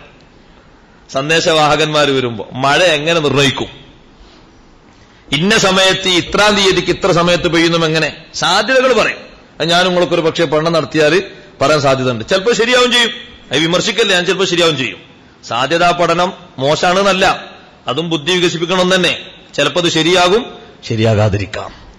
അതേ സമയത്ത് അള്ളാഹുവിന്റെ ആ നിർണയം, ഇതൊക്കെ ഒരു മനുഷ്യൻ പഠിച്ചു മനസ്സിലാക്കുമ്പോൾ ലാസ്റ്റ് എന്താ പറയാ? സൂറത്ത് യാസീൽ പറഞ്ഞ പോലെ ലാസ്റ്റ് എന്താ പറയാ? ദാലിക തഖ്ദീറുൽ അസീസിൽ അലീം. അവിടേക്കെത്ത ചിന്തിച്ചു പഠിച്ചു മനസ്സിലാക്കിയ മനുഷ്യൻ അള്ളാഹുവിനെ കുറിച്ച് കൂടുതൽ അംഗീകരിച്ച് സമ്മതിക്കുകയാണ്. ആകാശത്തിലുള്ള രാപ്പകല് വ്യത്യസ്തമാകാൻ എന്താ? ഇപ്പൊ രാവും പകലും സമാണോ? രാവും പകലും സമാണോ? എന്നാ സമമാകുന്ന 1-2 ദിവസങ്ങൾ അല്ലാഹു തആല വെച്ചിട്ടുണ്ട് വർഷത്തിൽ. രാവും പകലും 12 വരുന്ന 1-2 ദിവസങ്ങൾ അല്ലാഹു തആല വെച്ചിട്ടുണ്ട്, അല്ലെ? രാവും പകലും എപ്പോഴും സമമല്ലല്ലോ. ചിലപ്പോ രാവ് കൂടുതൽ, രാത്രി കൂടുതൽ, പകല് കുറവ്, പകല് കൂടുതൽ, രാത്രി കുറവ്. ഓരോന്നും കുറവാകുമ്പോ മറ്റൊന്ന് കൂടുമ്പോ എന്താ അതിൽ നിന്ന് മനസ്സിലാക്കേണ്ടത്? എന്താ ഇപ്പൊ രാത്രി ഇങ്ങനെ? ഇന്നലെ സൂര്യ ഉദിച്ചത് ഇപ്പൊ എപ്പോഴേന്നു? ഒരു മാസം. എന്താ ഇപ്പൊ സൂര്യപുത്രത്തിൽ നേരത്തെ ഉദിച്ചിക്കണ്, അല്ലെ? എന്താ കുറച്ച് വൈകി ഉദിക്കുന്നത്? ചിന്തിക്കാണ്ടല്ലോ അവിടെ. നക്ഷത്രങ്ങൾ എന്താ ഉദയം ചെയ്തിട്ടുള്ളത്? കഴിഞ്ഞ മാസം എന്താ അത്ര വൈകി ഉദയം ചെയ്തത്? മനുഷ്യൻ ചിന്തിക്കണം, നന്നായി ആലോചിക്കണം. എന്താണ് ഈ മാറ്റങ്ങളും ഈ വ്യത്യസ്തങ്ങളും വരുന്നത്? അപ്പോ ബുദ്ധിമതിയായ മനുഷ്യൻ അവിടെ അല്ലാഹു തആലാനെ സമ്മതിച്ചേ പറ്റൂ. ആരാണ് ആ ബുദ്ധിമതിയായ മനുഷ്യന്മാരാരാ? ആ ബുദ്ധിമതിമാന്മാരായ മനുഷ്യന്മാരാരാണ്? അത് പുറം ലോകത്തുള്ള ആളുകളല്ല ആകേണ്ടത്, നമ്മളാണ് ആകേണ്ടത്. അതാണ് ഖുർആൻ പറയുന്നത്. നോക്ക് നിങ്ങൾ, ഇന്ന ഫീ ഖൽഖിസ് സമാവാതി വൽ അർള്, നിശ്ചയം ആകാശ ഭൂമികളുടെ സൃഷ്ടിപ്പിലുണ്ട്, അതിനെ സംവിധാനിച്ചതിലും ഒരുക്കിയതിലുമുണ്ട്. ഇമാം റാസി റളിയല്ലാഹു അൻഹു, ഇബ്നു കസീർ, ഒരുപാട് മഹാന്മാര് പറഞ്ഞു, ആകാശത്തെ അല്ലാഹു സംവിധാനിച്ച് തന്നെ മനുഷ്യൻ ചിന്തിക്കുകയാണെങ്കിൽ അത് തന്നെ മതി. തബാറക സൂറത്തിൽ അല്ലാഹു ആവർത്തിച്ച് ചോദിച്ചില്ലേ, ഹൽ തറാ മിൻ ഫുതൂർ സുമ്മർജിഇൽ ബസറ കറത്തൈനി യൻഖലിബു ഇലൈക്കൽ ബസറു ഖാസിഅൻ വഹുവ ഹസീർ. നീ ഒന്ന് ചിന്തിച്ചു നോക്കൂ, അല്ലാഹു തആലാന്റെ സൃഷ്ടിപ്പിനെ പറ്റി വല്ല വീഴ്ചയുമുണ്ടോ? ഹൽ തറാ മിൻ ഫുതൂർ, ആകാശത്തിൽ വല്ല പൊളിവും കാണുന്നുണ്ടോ? വല്ല വിള്ളലും കാണുന്നുണ്ടോ? നീ ഒരു വലിയ കോൺക്രീറ്റ് കെട്ടിടമുണ്ടാക്കി, വർഷം 2, 3, 1 കഴിയുമ്പോ നീ ഇങ്ങനെ നോക്കുമ്പോ അവിടെ ദാ ചെറിയൊരു കീറല്, ഇവിടെ ദാ ചെറിയൊരു പൊട്ടല്, അവിടെ ദാ ചെറിയൊരു ഓർച്ച. അല്ലാഹു ചോദിക്കുന്നു, എത്രയായി സംവിധാനിച്ചിട്ട്, ഹൽ തറാ മിൻ ഫുതൂർ, വല്ല വിള്ളലും കാണുന്നുണ്ടോ? ആകാശത്തേക്ക് നോക്കൂ മനുഷ്യ, തൂണ് കാണുന്നുണ്ടോ? വിള്ളല് കാണുന്നുണ്ടോ? ഏതെങ്കിലും ഭാഗത്ത് പൊട്ടലും ചീറ്റലും കാണുന്നുണ്ടോ? എത്ര സൗന്ദര്യമുള്ള സംവിധാനമാണ് അല്ലാഹു ഒരുക്കിയത്. ഇങ്ങനെ ഇത് നിർണയിക്കാനും ഒരുക്കാനും കഴിവ് വേണമെങ്കിൽ അത് അല്ലാഹുവിനെ ആ കഴിവ് ഉണ്ടാകൂ. അത് മനുഷ്യൻ സമ്മതിക്കും. അതിന്റെ പിന്നാലെ സമ്മതിക്കാതെ നിർവാഹമില്ല. കാരണം ഈ രൂപത്തിൽ വ്യത്യസ്തതകളും ഈ രൂപത്തിൽ വൈവിധ്യങ്ങളും ഈ രൂപത്തിൽ അത്ഭുതങ്ങളും സംവിധാനിച്ച് ഒരു സൃഷ്ടികർമ്മം നടത്തണമെങ്കിൽ ഇതിലേക്കൊന്നും ആവശ്യമില്ലാത്ത, ഇതിലേക്കൊന്നും താല്പര്യമില്ലാത്ത, ഇതിനോടൊന്നും ആശ്രയമില്ലാത്ത ഏകാധിപതിയായ ഒരാൾക്ക് മാത്രമേ ഇത് പറ്റൂ. അവനാണ് അല്ലാഹ്. അത് ബുദ്ധി അങ്ങോട്ട് തുറന്ന് സമ്മതിച്ചങ്ങ് പറയും. അങ്ങനെ അതിന്റെ ഉൾപ്പൊരുളിലേക്ക് പോയാൽ അവൻ തീർച്ചപ്പെടുത്തി പറയും ലാ ഇലാഹ ഇല്ലല്ലാഹ്. സമ്മതിക്കാൻ നിർവാഹമല്ല. കാരണം അല്ലാഹുത്തആല ആ രൂപത്തിൽ ആകാശത്തെ വെച്ചത്. ഭൂമിയെയും അല്ലാഹുത്തആല വെച്ചത് എങ്ങനെയാണ്? എല്ലായിടത്തും ഒരേ രൂപത്തിലാണോ ഭൂമിന്റെ കിടപ്പ്? അല്ലല്ലോ. എല്ലായിടത്തും ഒരേ രൂപത്തിൽ വെള്ളമുണ്ടോ? ഒരേ രൂപത്തിൽ തണുപ്പുണ്ടോ? ഒരേ രൂപത്തിൽ ചൂടുണ്ടോ? ഇല്ല. ഇപ്പൊ നമ്മളെ നാട്ടിൽ വന്നാൽ, ഇപ്പൊ പ്രവാസികളൊക്കെ വന്നാൽ ഒരു പറയും ഇവിടെ നല്ല ചൂടാണ്. അവിടെയും ചൂടുണ്ടാവും, പക്ഷെ അനുഭവപ്പെടാത്തതുകൊണ്ടായിരിക്കും ചിലപ്പോ. കാരണം ചില ആളുകൾക്കൊക്കെ ജോലി എസിന്റെ ഉള്ളിലായതുകൊണ്ട് പുറത്ത് അനുഭവം ഉണ്ടാവില്ല. അല്ലെങ്കിൽ ജോലി കഴിഞ്ഞാൽ ഉടനെ പോയി റാഹത്ത് കിട്ടുന്ന അനുഭവം ഉണ്ടാകൂല. അതേ സമയത്ത് അവിടെ നല്ല തണുപ്പുള്ള സമയത്ത് ഇവിടെ നല്ല ചൂടാണെങ്കിലോ ആ തണുപ്പിൽ നിന്ന് ചൂടിലേക്കും ചൂടിൽ നിന്ന് തണുപ്പിലേക്കും പോകുമ്പോൾ ശരീരം മാറുന്നില്ലേ? പനി വരുന്നില്ലേ? തലവേദന വരുന്നില്ല? ജലദോഷം വരുന്നില്ല? ഒക്കെ മാറ്റങ്ങളല്ലേ? നിങ്ങൾ ആലോചിച്ച് നോക്ക്. ഭൂമിയുടെ കിടപ്പ് ഏത് രൂപത്തിലാണ് അള്ളാഹു സംവിധാനിച്ചത്? ഏത് രൂപത്തിലാണ് അള്ളാഹുത്തല ഒരുക്കിത്തന്നത്? അള്ളാഹുത്തല എങ്ങാനും ഈ ഭൂമി കൂടുതൽ മിനുസമാക്കി തരികയാണെങ്കിൽ നമ്മുടെ ബിൽഡിങ്ങിന് ഇവിടെ സ്ഥാനം ഉണ്ടാവും? നമ്മുടെ കായികനികൾക്ക് ഇവിടെ വളരാൻ കഴിയോ? നമുക്ക് നേരെ ചൊവ്വ ഓടാനും നടക്കാനും കഴിയും? ഇപ്പൊ എത്ര ആൾ ഓടിയിട്ടാ പൈസ ഉണ്ടാക്കുന്നത്, സ്വർണം വാങ്ങുന്നത്? ഭൂമി മിനുസമാർന്ന രൂപത്തിലാ മൊത്തം അള്ളാഹു വെച്ചിരുന്നതെങ്കിൽ, പക്ഷെ ഭൂമിക്ക് മിനുസല്ലേ ചില ഭാഗത്തൊക്കെ. അതുകൊണ്ടല്ലേ മിനുസുള്ള കല്ല് വെട്ടിയെടുക്കുന്നത്? മിനുസുള്ള കല്ല് വെട്ടിയെടുക്കുന്നത് ഭൂമിന്നല്ലേ? മിനുസമുള്ള കല്ലല്ലേ ഈ മാർബിളും ഗ്രാനൈറ്റും ഇതൊക്കെ ഭൂമിയിൽ നിന്ന് വെട്ടിയെടുക്കുന്നത്? അവിടെ ഉണ്ടോ മിനുസമായ ഭൂമി അള്ളാഹുത്തല വെച്ചില്ലേ? ഓരോ ഭാഗത്തും ഓരോ രൂപത്തിലല്ലേ അള്ളാഹുത്തല വെച്ചത്? ആ ഭൂമിയിൽ തന്നെ ചിന്തിക്കാൻ അത്രയുണ്ട്. പർവ്വതങ്ങൾ, സമുദ്രങ്ങൾ, പക്ഷികൾ, കാട്ടുജീവികൾ, എന്തെല്ലാം. ഇതൊക്കെ അള്ളാഹുത്തല സംവിധാനിച്ചത് ഭൂമിയെപ്പറ്റി പഠനം നടത്താനാണ്. അപ്പൊ നിങ്ങൾ ആലോചിച്ച് നോക്കൂ. ഇങ്ങനെ കൂട്ടി നോക്കുമ്പോ ഈ ആയത്തിന്റെ തുടക്കം തന്നെ മനസ്സിലാണ് എന്താ? സയൻസ് നന്നായി പഠിക്കണമെന്നല്ലേ? അല്ലേ? സയൻസിന്റെ പഠനം കാര്യക്ഷമമാക്കണമെന്നല്ലേ മനസ്സിലാകണത്? കാരണം ഇതൊക്കെ പഠിക്കണമെങ്കിൽ ആ രൂപത്തിലുള്ള പഠനങ്ങളും കാര്യങ്ങളൊക്കെ വികസിക്കണ്ടേ? അത് വേണമെന്ന് തന്നെ ഇസ്ലാമും പറയുന്നത്. വേണ്ടാന്നല്ല, നന്നായി അതിൽ ചിന്തിച്ചു പഠിക്കണം, മനസ്സിലാക്കണം എന്നാണ്. പഠിച്ചു മനസ്സിലാക്കുമ്പോ അള്ളാഹുവിന്റെ ഖുദ്റത്തിലേക്ക്. ഇമാം റാസി റളിയല്ലാഹു അൻഹു പറഞ്ഞു, ഉദാഹരണമായിട്ട് തഫ്സീർ റാസിയിൽ കാണാം, ഒരു ചെറിയ ഇല നീ എടുത്തു, ഒരു മരത്തിന്റെ ഇല, ഒരു ചെറിയ ചിന്ത പറഞ്ഞുതരാം. ഒരു മരത്തിന്റെ ഇല എടുത്തു, ആ ഇലന്റെ നടു നീ നോക്ക്, നല്ല ഒരു ഞരമ്പ് പോയത് കാണും അല്ലേ? ഒത്ത നടുവില് മാറ്റണ്ടോ? ഏറ്റക്കുറിച്ചിലുണ്ടോ? അള്ളാഹുവിന്റെ സംവിധാനം നോക്കണം. ഒരു ഇല, ചെറിയ ഇല എടുത്തോ, എന്നിട്ട് അതിന്റെ നടുവിൽ നീ നോക്ക്, ഒരു ഞരമ്പ് ഇങ്ങനെ പോയത് കാണും അല്ലെ? ആ ഞരമ്പിനെ ബന്ധിച്ചുകൊണ്ട് വലതു ഭാഗത്തേക്കും നമ്മളെ കയ്യിലുണ്ട്. അങ്ങനെ ഇല്ലല്ലോ.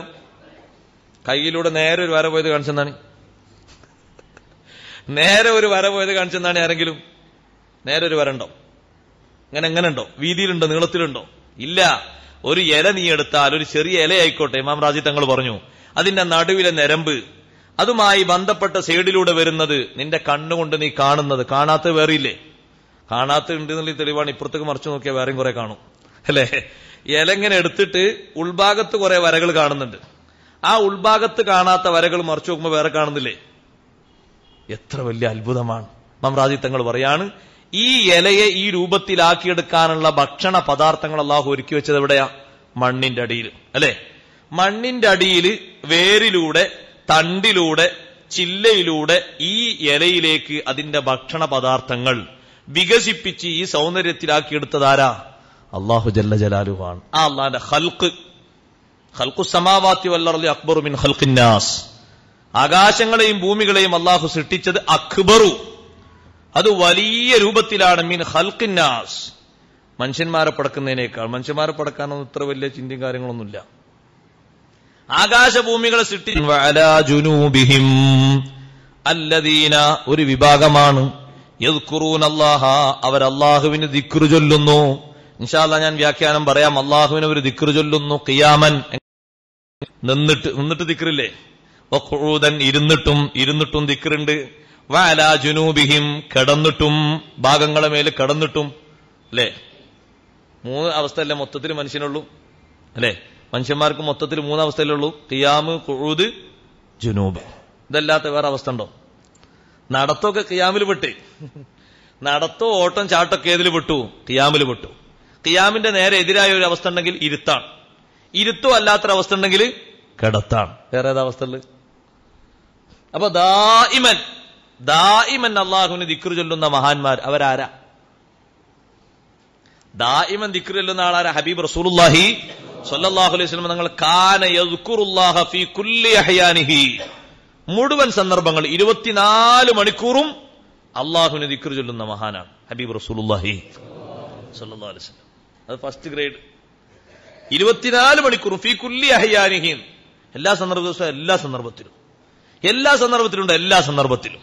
അപ്പൊ അല്ലാഹു തആലാക്ക് ദിക്ർ ചൊല്ലുന്നവരാണ് ഖിയാമൻ വഖുഊദൻ വഅലാ ജുനൂബിഹിം. ആ കൂട്ടത്തിൽ നമ്മൾ മനസ്സിലാക്കണം, നിന്നിട്ടും ദിക്റുണ്ട്, ഇരുന്നിട്ടും ദിക്റുണ്ട്, കിടന്നിട്ടും ദിക്റുണ്ട്.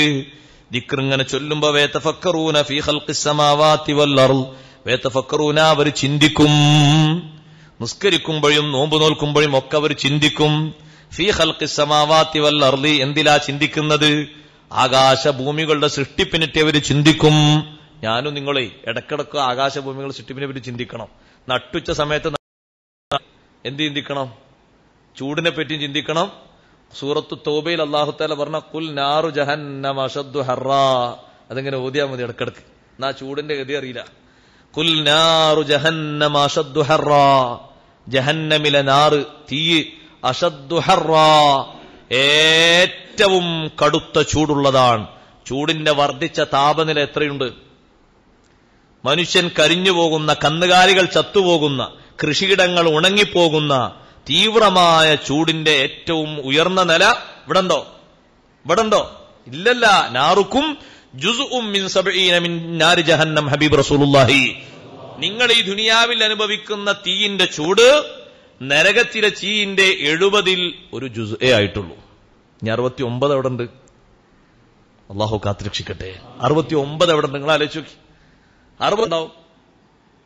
അല്ല, കഥ ഉണ്ടാവും. ഇവിടെ തന്നെ ഉച്ചയ്ക്ക് നമ്മൾ നടന്നാല് 10 മിനിറ്റ് എന്താ ചൂടല്ലേ, സഹിക്കാനൊരു നിലക്കും കഴിയൂലട്ടോ. കഴിയോ സഹോദരാ വേറുള്ള ചൂടുകളൊക്കെ സഹിക്കാൻ? സൂറത്തു തൗബയിലെ ആ ആയത്തിന്റെ കഷ്ണം മനസ്സിൽ വെച്ചോ. ഖുൽ നാറു ജഹന്നമ അശദ്ദു ഹർറാ, ഖുൽ പറയൂ നബിയേ, നാറു ജഹന്നം, ജഹന്നമിന്റെ തീ, അശദ്ദു ഹർറാ, ഇതിനേക്കാളും ഉഷ്ണം കൂടുതലുള്ളതാണ്, ചൂട് കഠിനമായതാണ്, കഠോരമായതാണ്. അപ്പൊ ആകാശഭൂമികളെ സൃഷ്ടിപ്പിനെ പറ്റി നന്നായി ചിന്തിക്കും. ചിന്തിച്ചിട്ട് അവസാനം അവർ പറയും. നമ്മൾ പറയും പോലല്ല. ഞാൻ പറഞ്ഞുതരാം, ചില വിഷയങ്ങളെ പറ്റിയൊക്കെ നമ്മളെ അല്ലാഹു തആലാന്റെ സൃഷ്ടികർമ്മങ്ങളെ പറ്റി അറിയാതെ നമ്മൾ ചോദ്യം ചെയ്യാറുണ്ട്. ഒരിക്കലും ചോദ്യം ചെയ്യരുത്. അത് അള്ളാഹുവിന് ഏറ്റവും കൂടുതൽ വെറുപ്പുള്ള സംഗതിയാണ്. അള്ളാഹു കാത്തുരക്ഷിക്കട്ടെ. നമ്മളൊക്കെ ഈ ചൂട് കൂടിയാലും ഒരു സാധനം ഇങ്ങനെ വരും നമ്മളെ വീട്ടിലൊക്കെ. എന്തേന്റെ പേര്? നിങ്ങളാരും വീട്ടിലില്ലേ? ഞാൻ പറയില്ല. എന്താണ്? റബ്ബറുള്ളിടത്തോ കാര്യമായിട്ടുണ്ടാവും. ഞാൻ പറയുന്ന പേര് മാറിയിട്ടുണ്ടോ ഞാൻ ചോദിക്കണേ. കോട്ടെരുമാനോ സാധനല്ലേ? ഒരു എരുമനെ തിരില്ലെങ്കിൽ കോട്ടെരുമനെങ്കിലും തിരിയണം തന്നില്ലേ? കോട്ടെരുമാനോ സാധനല്ലേ? അതിങ്ങനെ അരിച്ച് വരും അല്ലേ? അത് ഒന്ന് തട്ടിയാൽ ചിലപ്പം ചില ഭാഗത്തൊക്കെ ഒരു പൊള്ളലുണ്ടാവും അല്ലേ? കോട്ടെരുമ ചൂട് കൂടുതലുള്ള സമയത്താണ് വരിക. ഈ ചൂട് കൂടുതൽ സമയത്ത് കോട്ടെരുമ വരുമ്പോ നമ്മളെ മനസ്സിൽ പടച്ചോനെ ഇതിനെന്തിനാ പടച്ചതെന്നൊരു ചോദ്യം വരലുണ്ടോ? ചില പ്രാണികളുണ്ട്, മരുവിന്റെ ശേഷം വിളക്കെത്തിച്ചാൽ അതിങ്ങനെ വരും, തൊട്ടാ നല്ലൊരു അത്തറിന്റെ സ്മെല്ല, ഒരു ചെറിയ സിഗ്നൽ ഉണ്ടാവും. അപ്പൊ നമ്മളെ മനസ്സിലെ ചോദ്യം വരുന്നുണ്ടോ, ഇതിനെ എന്തിനാ പടച്ചോനെ സൃഷ്ടിച്ചത്? ഒരിക്കലും വരരുത്. അള്ളാഹുവിന്റെ ഒരു സൃഷ്ടിജാലത്തെക്കുറിച്ച് ഒരു ചെറിയ പോയിന്റിൽ ഒരു ചോദ്യം ചോദിച്ചാൽ അള്ളാഹുവിന് ബന്ധം ഇങ്ങനെ അകന്നങ്ങനെ പോകും. വലിയ മഹാന്മാർക്ക് തന്നെ ബന്ധം അകന്നിട്ടുണ്ട്. ഞാൻ ഒറ്റ ഉദാഹരണം പറയാം. ബഹുമാനപ്പെട്ട സുൽത്താനുൽ ആരിഫീൻ അഹ്മദ് അൽ കബീർ റിഫായി ഖദ്ദസല്ലാഹു സിർറഹുൽ അസീസ് തങ്ങൾ ഒരു ദിവസം അവിടുത്തെ പർണശാലയിൽ ഇരിക്കുമ്പോ അവിടുത്തെ സഹോദരി പുത്രൻ തങ്ങളുടെ മകൻ റിഫായി ശൈഖ് റളിയല്ലാഹു അൻഹു നോക്കുകയാണ്. നോക്കുമ്പോ റൂമിൽ നല്ല വെളിച്ചത്തിൽ കണ്ടിട്ട് ഇങ്ങനെ കണ്ണെടുക്കാൻ തോന്നാത്ത വെളിച്ചമുള്ള ഒരു മഹാൻ വന്നിട്ട് ഇങ്ങനെ സംസാരിക്കുന്നുണ്ട്. ആ സഹോദരി പുത്രന്റെ പേര് അലി റളിയല്ലാഹു അൻഹു. വലിയ മഹാനാണ്. മഹാനവർകൾ ഇങ്ങനെ നോക്കാണ്. റിഫായി ശൈഖ് തങ്ങളുടെ റൂമിലേക്ക് ഒരാളോട് ഇങ്ങനെ സംസാരിക്കുന്നുണ്ട്. അയാളെ കണ്ടിട്ട് കണ്ണെടുക്കാൻ തോന്നില്ല. അങ്ങനത്തെ ഒരാളേതാ? കണ്ടിട്ട് കണ്ണെടുക്കാൻ അത്രയും സൗന്ദര്യമുണ്ട്, പുറമെ പ്രകാശമുണ്ട്. ആ റൂം ഒന്നാകെ വെളിച്ചാണ്, വിളക്കവിടെ കത്തിച്ചിട്ടില്ല. അങ്ങനെ ഞാനിത് ഇങ്ങനെ നോക്കി, അമ്മോനിങ്ങനെ സംസാരിക്കണം ഇങ്ങനെ നോക്കുകയാണ്, പെങ്ങളെ കുട്ടിയല്ലേ, നോക്കുകയാണ്. നോക്കിക്കഴിഞ്ഞ ശേഷം ഞാൻ കുറച്ച് കഴിഞ്ഞപ്പോൾ സംസാരം കഴിഞ്ഞിട്ട് പിന്നെ ആളെ കാണുന്നില്ല, പോയ വഴിയും അറിയില്ല, വന്ന റൂട്ടും അറിയില്ല. അപ്പൊ എനിക്ക് അതിനേക്കാൾ അത്ഭുതമായി. ആ സഹോദരൻ പറയാണ്, സഹോദരിയുടെ മകൻ വന്ന് പറയാണ്, അമ്മാവനോട് വന്ന് പറയാണ്, അമ്മാവാ ഈ റൂമിൽ ഇപ്പൊ നല്ല പ്രകാശമുള്ള ഒരാൾ വന്ന് സംസാരിച്ചല്ലോ, മോനെ നീ അത് കണ്ടോ? ഞാൻ കണ്ടു. അതാരാന്ന് എനിക്കറിയോ? എനിക്കറിയില്ല, ഞാനത് ചോദിക്കാൻ വന്നതാണ്. പോയ റൂട്ടും അറിയില്ല, വന്ന റൂട്ടും അറിയില്ല. കാരണം ഞാൻ കാത്തുന്നത് വാതിലിന്റെ ഭാഗത്താണ്, അതിലെ വന്നിട്ടില്ല.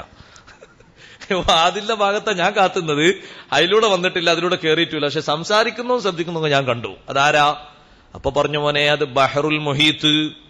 ബഹറുൽ മുഹീത്തിന്റെ ഭാഗത്ത് അല്ലാഹു അധികാരം ഏൽപ്പിച്ച വലിയൊരു മഹാനാണ്. ഇന്ന് ജീവിച്ചിരിക്കുന്ന, അന്ന് റിഫായി ശൈഖ് തങ്ങൾ പറയാണ്, ഇന്ന് ജീവിച്ചിരിക്കുന്ന ബഹറുൽ മുഹീത്തിന്റെ മേഖല അല്ലാഹു ഏൽപ്പിച്ച, നിയന്ത്രണം ഏൽപ്പിച്ച വലിയ വലിയാണ്. അപ്പൊ കാണാനോ കണ്ടല്ലോ, വലിയ അത്ഭുതമായി. പക്ഷേ റിഫായി ശൈഖ് തങ്ങൾ പറഞ്ഞു, ഇപ്പൊ 3 ദിവസമായിട്ട് മൂപ്പരും അള്ളാഹും തമ്മിലുള്ള ബന്ധത്തിൽ ഉലച്ചിൽ സംഭവിച്ചിട്ടുണ്ട്. 3 ദിവസമായിട്ട് അള്ളാഹുവും ആ മഹാനും തമ്മിലുള്ള ബന്ധത്തിൽ ചെറിയ തകരാറ് വന്നിട്ടുണ്ട്. എന്നിട്ട് എന്തെങ്ങളത് പറയാഞ്ഞെന്ന് ചോദിച്ചു. ഈ പെങ്ങളെ മകൻ ചോദിച്ചു, അബുൽ ഹസൻ സയ്യിദ് അലി റളിയല്ലാഹു ചോദിച്ചു, അമ്മാവ അതൊന്ന് പറഞ്ഞു കൊടുത്തുകൂടായിരുന്നില്ലേ? അപ്പൊ പറഞ്ഞു, അദ്ദേഹത്തിന്റെ മുഖം നോക്കിയിട്ട് ആ ഹൈബത്ത് കണ്ടിട്ട് എനിക്ക് പറയാൻ നാണം തോന്നിപ്പോയി, ലജ്ജ തോന്നിപ്പോയി. ഈമാൻ സ്ഫുരിക്കുന്ന ആ മുഖത്തോട് ഞാൻ എങ്ങനെ ഉപദേശിക്കും, ഞാൻ എങ്ങനെ നിർദ്ദേശിക്കും, എനിക്കത് പറയാൻ തോന്നിയില്ല.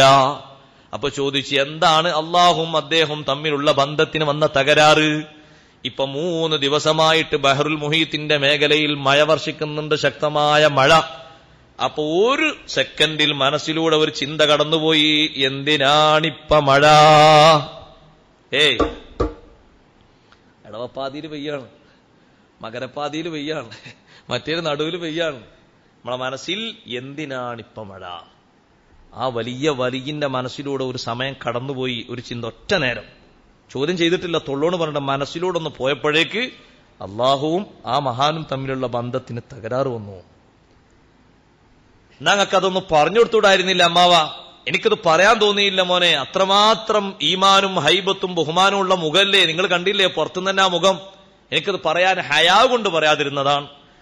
എനിക്ക് നിങ്ങൾ പറയാൻ അവസരം തന്നാ ഞാൻ പറഞ്ഞു കൊടുക്കാന്ന് പറഞ്ഞു. ധൈര്യം ഉണ്ടോ എന്ന് വെച്ചു, ധൈര്യം ഉണ്ട് എന്ന് പറഞ്ഞു. റിഫായി ശൈഖ് റളിയല്ലാഹു അൻഹു ആ മുഖം കണ്ടിട്ട് പറയാതിരുന്നാണ്. എന്താണ് ആ മുഖം?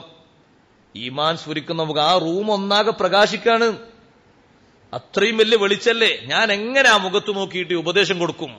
നോക്ക് നിങ്ങൾ, ആള് വന്നപ്പോഴേക്ക് തന്നെ ആളെ ഐഡന്റിറ്റി മുഴുവനും തിരിഞ്ഞല്ലോ. ആരാ? റിഫായി ശൈഖ് റളിയല്ലാഹു അൻഹു. ബറക്കത്തുണ്ട്, അല്ലാഹു നമ്മൾ വിജയിപ്പിക്കട്ടെ. ബഹറുൽ മുഹീത്തിന്റെ മേഖല നിയന്ത്രിക്കുന്ന വലിയൊരു മഹാൻ വന്നപ്പോ ആ മഹാനും അള്ളാഹുമായുള്ള ടച്ച് എത്രത്തോളം ഉണ്ടെന്ന് നോക്കി മനസ്സിലാക്കാൻ കഴിവുണ്ടെങ്കിൽ അവരെത്രമാത്രം വലിയ മഹാന്മാരാ. അപ്പൊ എനിക്ക് നിങ്ങൾ കഴിവ് വെച്ചു, ഞാൻ കഴിവ് തരാമെന്നാണ്. എന്നാ മോനെ ചിമ്പിക്കൂട് കണ്ണ് എന്ന് പറഞ്ഞു. കണ്ണ് ചിമ്പി. ഞാൻ മഹാനവർകൾ പറയാണ്, അബുൽ ഹസൻ സയ്യിദ് അലി റളിയല്ലാഹു അൻഹു പറയാണ്, ഞാൻ മഹാനവർകളുടെ റൂമിലാണ്, കണ്ണ് ഇമ്മാൻ പറഞ്ഞപ്പോ കണ്ണ് ചിമ്പ്. തുറക്ക് കണ്ണ് എന്ന് പറഞ്ഞു, തുറന്നു. എന്നിട്ട് പോയിക്കോ, നടന്നു പോയിക്കോ, പോയി പറഞ്ഞുകൂട് എന്ന് പറഞ്ഞു. മഹാനവർക്ക് പറയാം, കണ്ണ് തുറന്നപ്പോ ഞാനൊരു ദ്വീപിലെത്തിയിട്ടുണ്ട്. കണ്ണ് തുറക്കാൻ പറഞ്ഞപ്പോ ഞാൻ ദ്വീപിലാണ്. ഞാൻ അങ്ങനെ നടന്നു. ഈ റൂമിൽ കണ്ട മുഖം എനിക്ക് നല്ല പരിചയമുണ്ട്. നടന്നങ്ങനെ നീങ്ങിയപ്പോ ഒരു ഭാഗത്തതാ ആ ബഹറുൽ മുഹീത്തിന്റെ മേഖലയിൽ അള്ളാഹുവിന്റെ ദഅവത്ത് നടത്തുന്ന നിയന്ത്രണമുള്ള മഹാൻ, അവിടെ അള്ളാഹു തആല ചുമതലയേൽപ്പിച്ച വലിയ വലിയിങ്ങനെ നടന്നു പോകുന്നു. ഞാൻ മഹാനവറുകളോട് പറഞ്ഞു, നിങ്ങളല്ലേ എന്റെ അമ്മാവന്റെ അടുത്ത് ഇപ്പൊ അടുത്ത് വന്നുപോയത്? അതേ, ഞാൻ തന്നെയാണ്. ഞാൻ നിങ്ങൾ വന്ന ആ റിഫായി ശൈഖിന്റെ പെങ്ങളെ കുട്ടിയാണ് ഞാൻ, പെങ്ങളെ മോനാണ്. എന്തിനാ നിങ്ങൾ വന്നത്? നിങ്ങളോടൊരു കാര്യം പറയാനുണ്ട്, അതിനാ ഞാൻ വന്നത്. മുഖം നോക്കിയിട്ട് പറയാൻ തോന്നായിട്ടാണ് കേട്ടോ റിഫായി ശൈഖ് റളിയല്ലാഹു അൻഹു പറയാതിരുന്നത്, ഹയാ ഉണ്ടായിട്ട്. സത്യത്തിൽ മനസ്സിലൂടെ ഇങ്ങനെ ഒരു മിന്നലാട്ടം പോയതാണ്, നാവ് കൊണ്ട് പറഞ്ഞിട്ടില്ല. ഏറെ ആവർത്തിച്ചിട്ടുള്ള ഒറ്റ ചിന്ത, ഒറ്റ ചിന്ത മാത്രം. അത് മണിക്കൂറുകൾ ആവർത്തിച്ചിട്ടുള്ള ഒന്നും പോയിട്ടില്ല, നാവ് കൊണ്ട് പറഞ്ഞിട്ടില്ല, എഴുതിയിട്ടില്ല, ഒന്നുമില്ല. അതൊക്കെ അതിനേക്കാൾ ഗൗരവമുള്ളതാ. എന്നിട്ട് എന്ത് പറയാനാ വന്നത്? നിങ്ങളിവിടെ 3 ദിവസമായിട്ട് മഴ പെയ്തിരുന്നു. അപ്പൊ ആ മഴ പെയ്ത സമയത്ത് മുതൽ ഇപ്പൊ 3 ദിവസം നിങ്ങളും തമ്മിലുള്ള ബന്ധത്തിൽ വിള്ളൽ വന്നിട്ടുണ്ട്. അപ്പോഴേക്ക് വലിയ ചോദിച്ചു, എങ്ങനെ മോനെ, എങ്ങനെ വിള്ളൽ വന്നു? ഉടനെ ചോദിച്ചു, ആ മഴ വർഷിച്ചപ്പോ നിങ്ങളെ മനസ്സിൽ എന്തിനാണ് ഈ മഴ എന്നൊരു ചെറിയ ധ്വനി വന്നിരുന്നു മോനെ? അത് കാരണം എന്റെ അമ്മാവൻ പറഞ്ഞിട്ടുണ്ട്, നിങ്ങളും അള്ളാഹുമായുള്ള ബന്ധത്തിൽ 3 ദിവസമായി വിള്ളൽ വന്നിട്ടുണ്ട്. സഹിക്കാൻ കഴിയുന്നത് കേട്ടപ്പോ പറഞ്ഞു, മോനെ എന്റെ തോളിലിട്ട ഷാള് കണ്ടില്ലേ, ഈ ഷാളും പിറകിലേക്ക് വലിക്കണം, വലിച്ചിട്ട് ഈ കാണുന്ന നിരത്തിലൂടെ ഭൂമിയിലൂടെ എന്നെ നിങ്ങൾ വലിച്ചിങ്ങനെ കൊണ്ടുപോകണം. വലിച്ചു കൊണ്ടുപോയിട്ട് നിങ്ങൾ പറയണം, അള്ളാഹുവിന്റെ സൃഷ്ടിജാലങ്ങളുടെ രഹസ്യങ്ങളെക്കുറിച്ച് ചോദിക്കുന്നവനുള്ള ശിക്ഷയാണ്. നിങ്ങൾ വിളിച്ചു പറയണം ഉറക്കെ, എല്ലാവരും കേൾക്കട്ടെ. നിങ്ങളത് ചെയ്യണം. പക്ഷേ ഈ ചെറുപ്പക്കാരന് ചെയ്യാൻ തോന്നിയില്ല. വലിയ വലിയല്ലേ, അള്ളാഹു വലിയ അധികാരം കൊടുത്ത ആളല്ലേ, നിങ്ങൾ ചെയ്യൂ, എന്നാലേ എനിക്ക് തൃപ്തിയാകുള്ളൂ എന്ന് പറഞ്ഞു. എന്റെ തൗബന്റെ ഭാഗമാണ്, ആത്മഹത്യ ചെയ്യുകയല്ല. ഭൂമിയുടെ നിരത്തിലൂടെ ഇങ്ങനെ വലിച്ചുകൊണ്ടുപോകുന്നു. കഴുത്തിലൂടെ മുണ്ട് ഇട്ട ഷാള് പുറകിലേക്ക് വലിച്ച്, കഴുത്ത് കുടുക്കിയിട്ടല്ല, പുറകിലേക്ക് വലിച്ചിങ്ങനെ കൊണ്ടുപോകുകയാണ്. വലിക്കാൻ തുടങ്ങിയപ്പോഴേക്ക് തന്നെ ആകാശലോകത്ത് നിന്ന് അശരീരികൾ ഒന്നിനു പുറകെ ഒന്നൊന്നായി വന്നു. മലക്കുകൾ മുഴുവനും ബഹറുൽ മുഹീത്തിലെ മഹാന് വേണ്ടി ഇസ്തിഗ്ഫാർ ചോദിച്ചിട്ടുണ്ട്. അതുകൊണ്ട് നിങ്ങൾ വലിക്കല്ല. അതാണ് പറഞ്ഞു തീർന്ന സന്ദർഭം. എനിക്ക് ബോധം കെട്ടു. സയ്യിദ് അലി റളിയല്ലാഹു അൻഹു പറയാണ്, ആകാശത്തിൽ നിന്ന് ആ വിളിയാളങ്ങനെ കേട്ടപ്പോ ഞാൻ വലി നിർത്തി.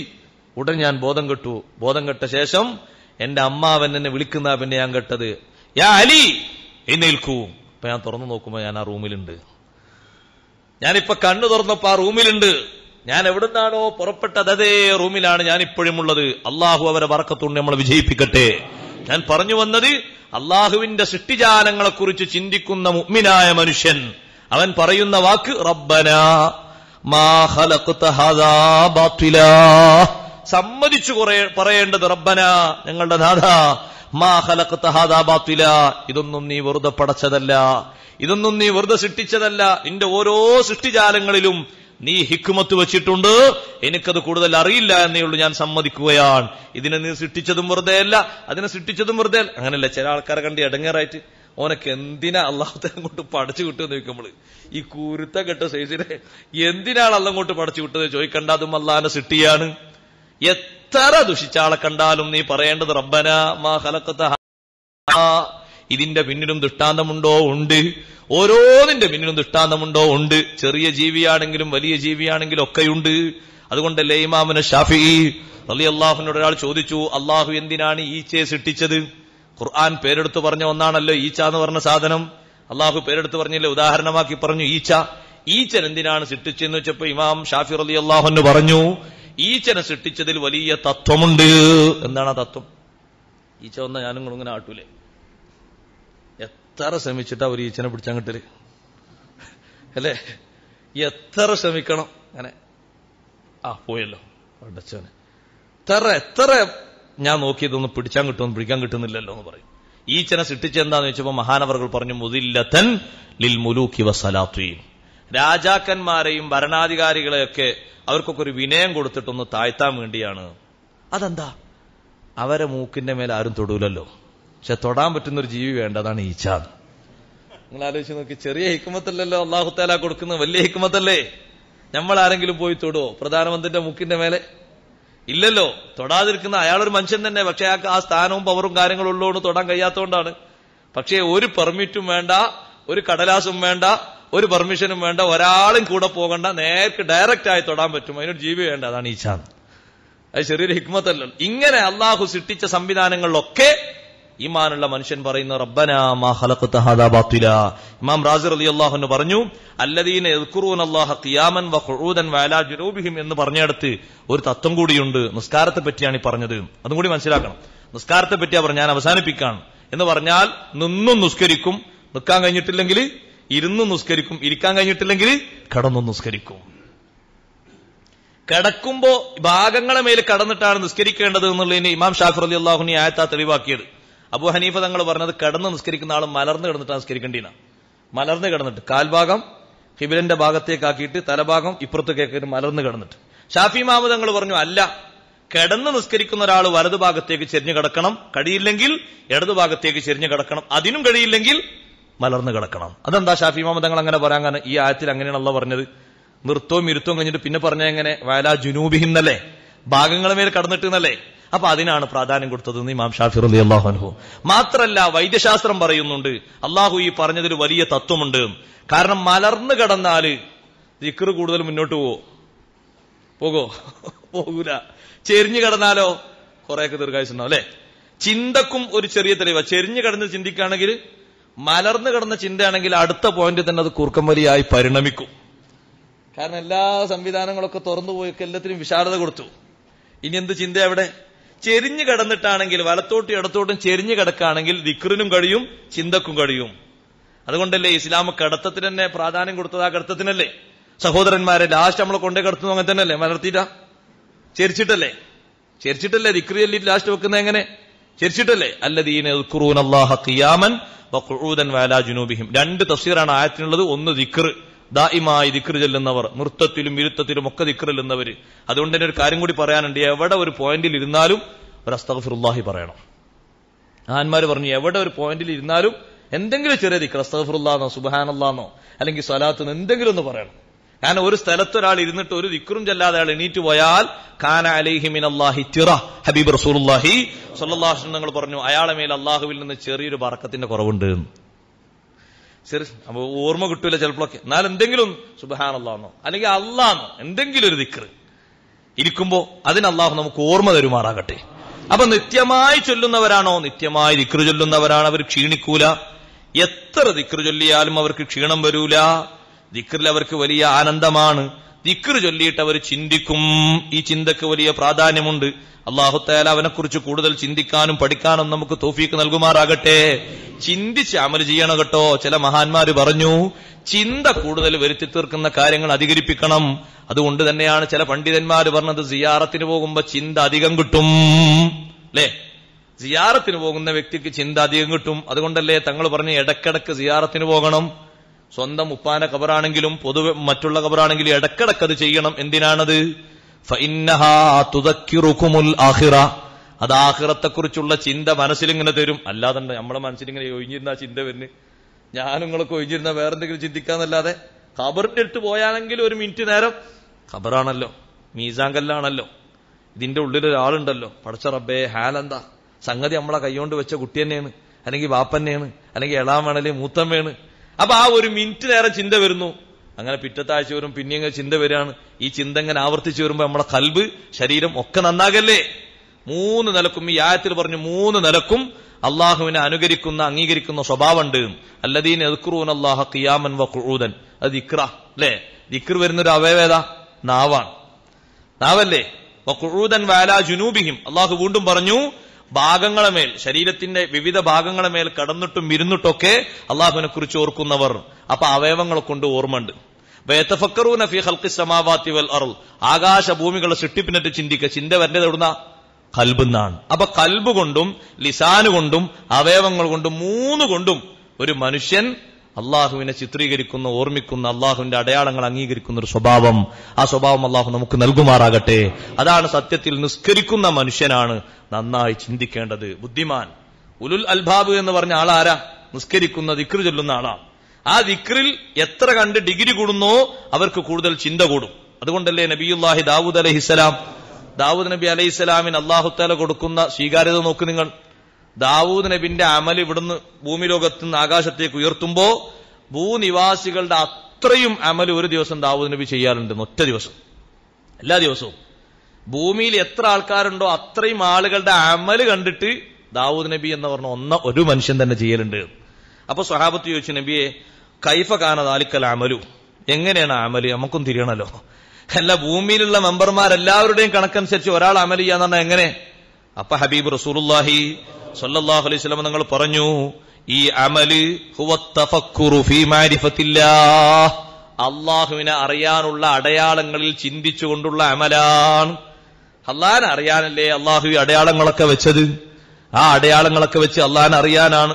പുറത്തുനിന്ന് വീട്ടിൽ നിന്ന് പുറത്തിറങ്ങുമ്പോ ചില മഹാന്മാര് പറഞ്ഞില്ലേ, ഞാൻ വീട്ടിൽ നിന്ന് പുറത്തിറങ്ങിയിട്ട് എന്ത് കണ്ടാലും ഫമാ യഖഉ ബസരി അലാ ഷൈഇൻ, എന്റെ കണ്ണ് ഏത് ചെറുതിന്റെ മേലെ വലുതിന്റെ മേലെ വീണാലും എനിക്ക് അല്ലാഹു അതിലൊരു നിഅമത്ത് തന്നിട്ടുണ്ട്, ഒരു പഠനം തന്നിട്ടുണ്ട്, ഒരു പാഠം തന്നിട്ടുണ്ട്. ഞാൻ ചിന്തിക്കും. അപ്പൊ കാണുന്നിടത്തൊക്കെ നോക്കിയിട്ടൊക്കെ അല്ലാഹുവിനെ നിഅമത്ത് അറിയാൻ നിൽക്കണ്ടോ. നോക്കാൻ പറ്റിയിടത്തൊക്കെ നോക്കിയിട്ടേ ഞാൻ അള്ളാന്റെ അജായിബ് നോക്കിയതാന്ന് പറയാൻ നിൽക്കണ്ട. നോക്കാൻ പറ്റിയതാണ് പറഞ്ഞത്. എന്ത് ഞാൻ കണ്ടാലും അല്ല. അങ്ങനെ ഉണ്ടാവും ചില ആൾക്കാരെ. ബസ്സിൽ നിന്ന് ഒരാളിങ്ങനെ നോക്കാണ്, മുമ്പിലുള്ള 3-4 സീറ്റൊക്കെ നോക്കണ്. അപ്പോൾ എന്താ നോക്കണ്? ഞാൻ അള്ളാന്റെ അജായിബ് നോക്കാണ്. അപ്പൊ ഇപ്പുറത്തെ അജായിബായിട്ട് അടി വരും. അതല്ല പറഞ്ഞ. പിന്നെയോ നോക്കാൻ പറ്റിയിടത്തേക്ക്, ചിന്തിക്കാനും നോക്കാനും പറ്റിയിടത്തേക്ക് നോക്കുമ്പോ കണ്ണിൽ കാണുന്നതിലൊക്കെ അള്ളാഹു എനിക്ക് നിഅമത്ത് തന്നിട്ടുണ്ട്, എനിക്ക് പഠനം തന്നിട്ടുണ്ട്, എനിക്ക് പാഠം തന്നിട്ടുണ്ട് എന്ന് സൂഫിയാക്കളിൽ ഔലിയാക്കളിൽ പ്രധാനിയായ ബഹുമാനപ്പെട്ട അബൂ സുലൈമാൻ ദാറാനി റളിയല്ലാഹു അൻഹു പറഞ്ഞു. അതുകൊണ്ട് നമ്മളെ ഖൽബ് അള്ളാഹുവിനെ കുറിച്ച് ചിന്തിക്കാൻ കൂടുതൽ പാകപ്പെടുത്തണം. അള്ളാഹു തൗഫീഖ് നൽകുമാറാകട്ടെ. ഇങ്ങനെ ചിന്തയുള്ള ആളുകൾക്ക് 5 ദുആ, അതാ ഞാൻ പറയാൻ പോകുന്നത്. 5 പ്രാർത്ഥനയല്ലേ ഇതില്? റബ്ബന റബ്ബന ചേർത്തിട്ടൊന്ന് എണ്ണി 5 ദുആ ഉണ്ട് അതില്.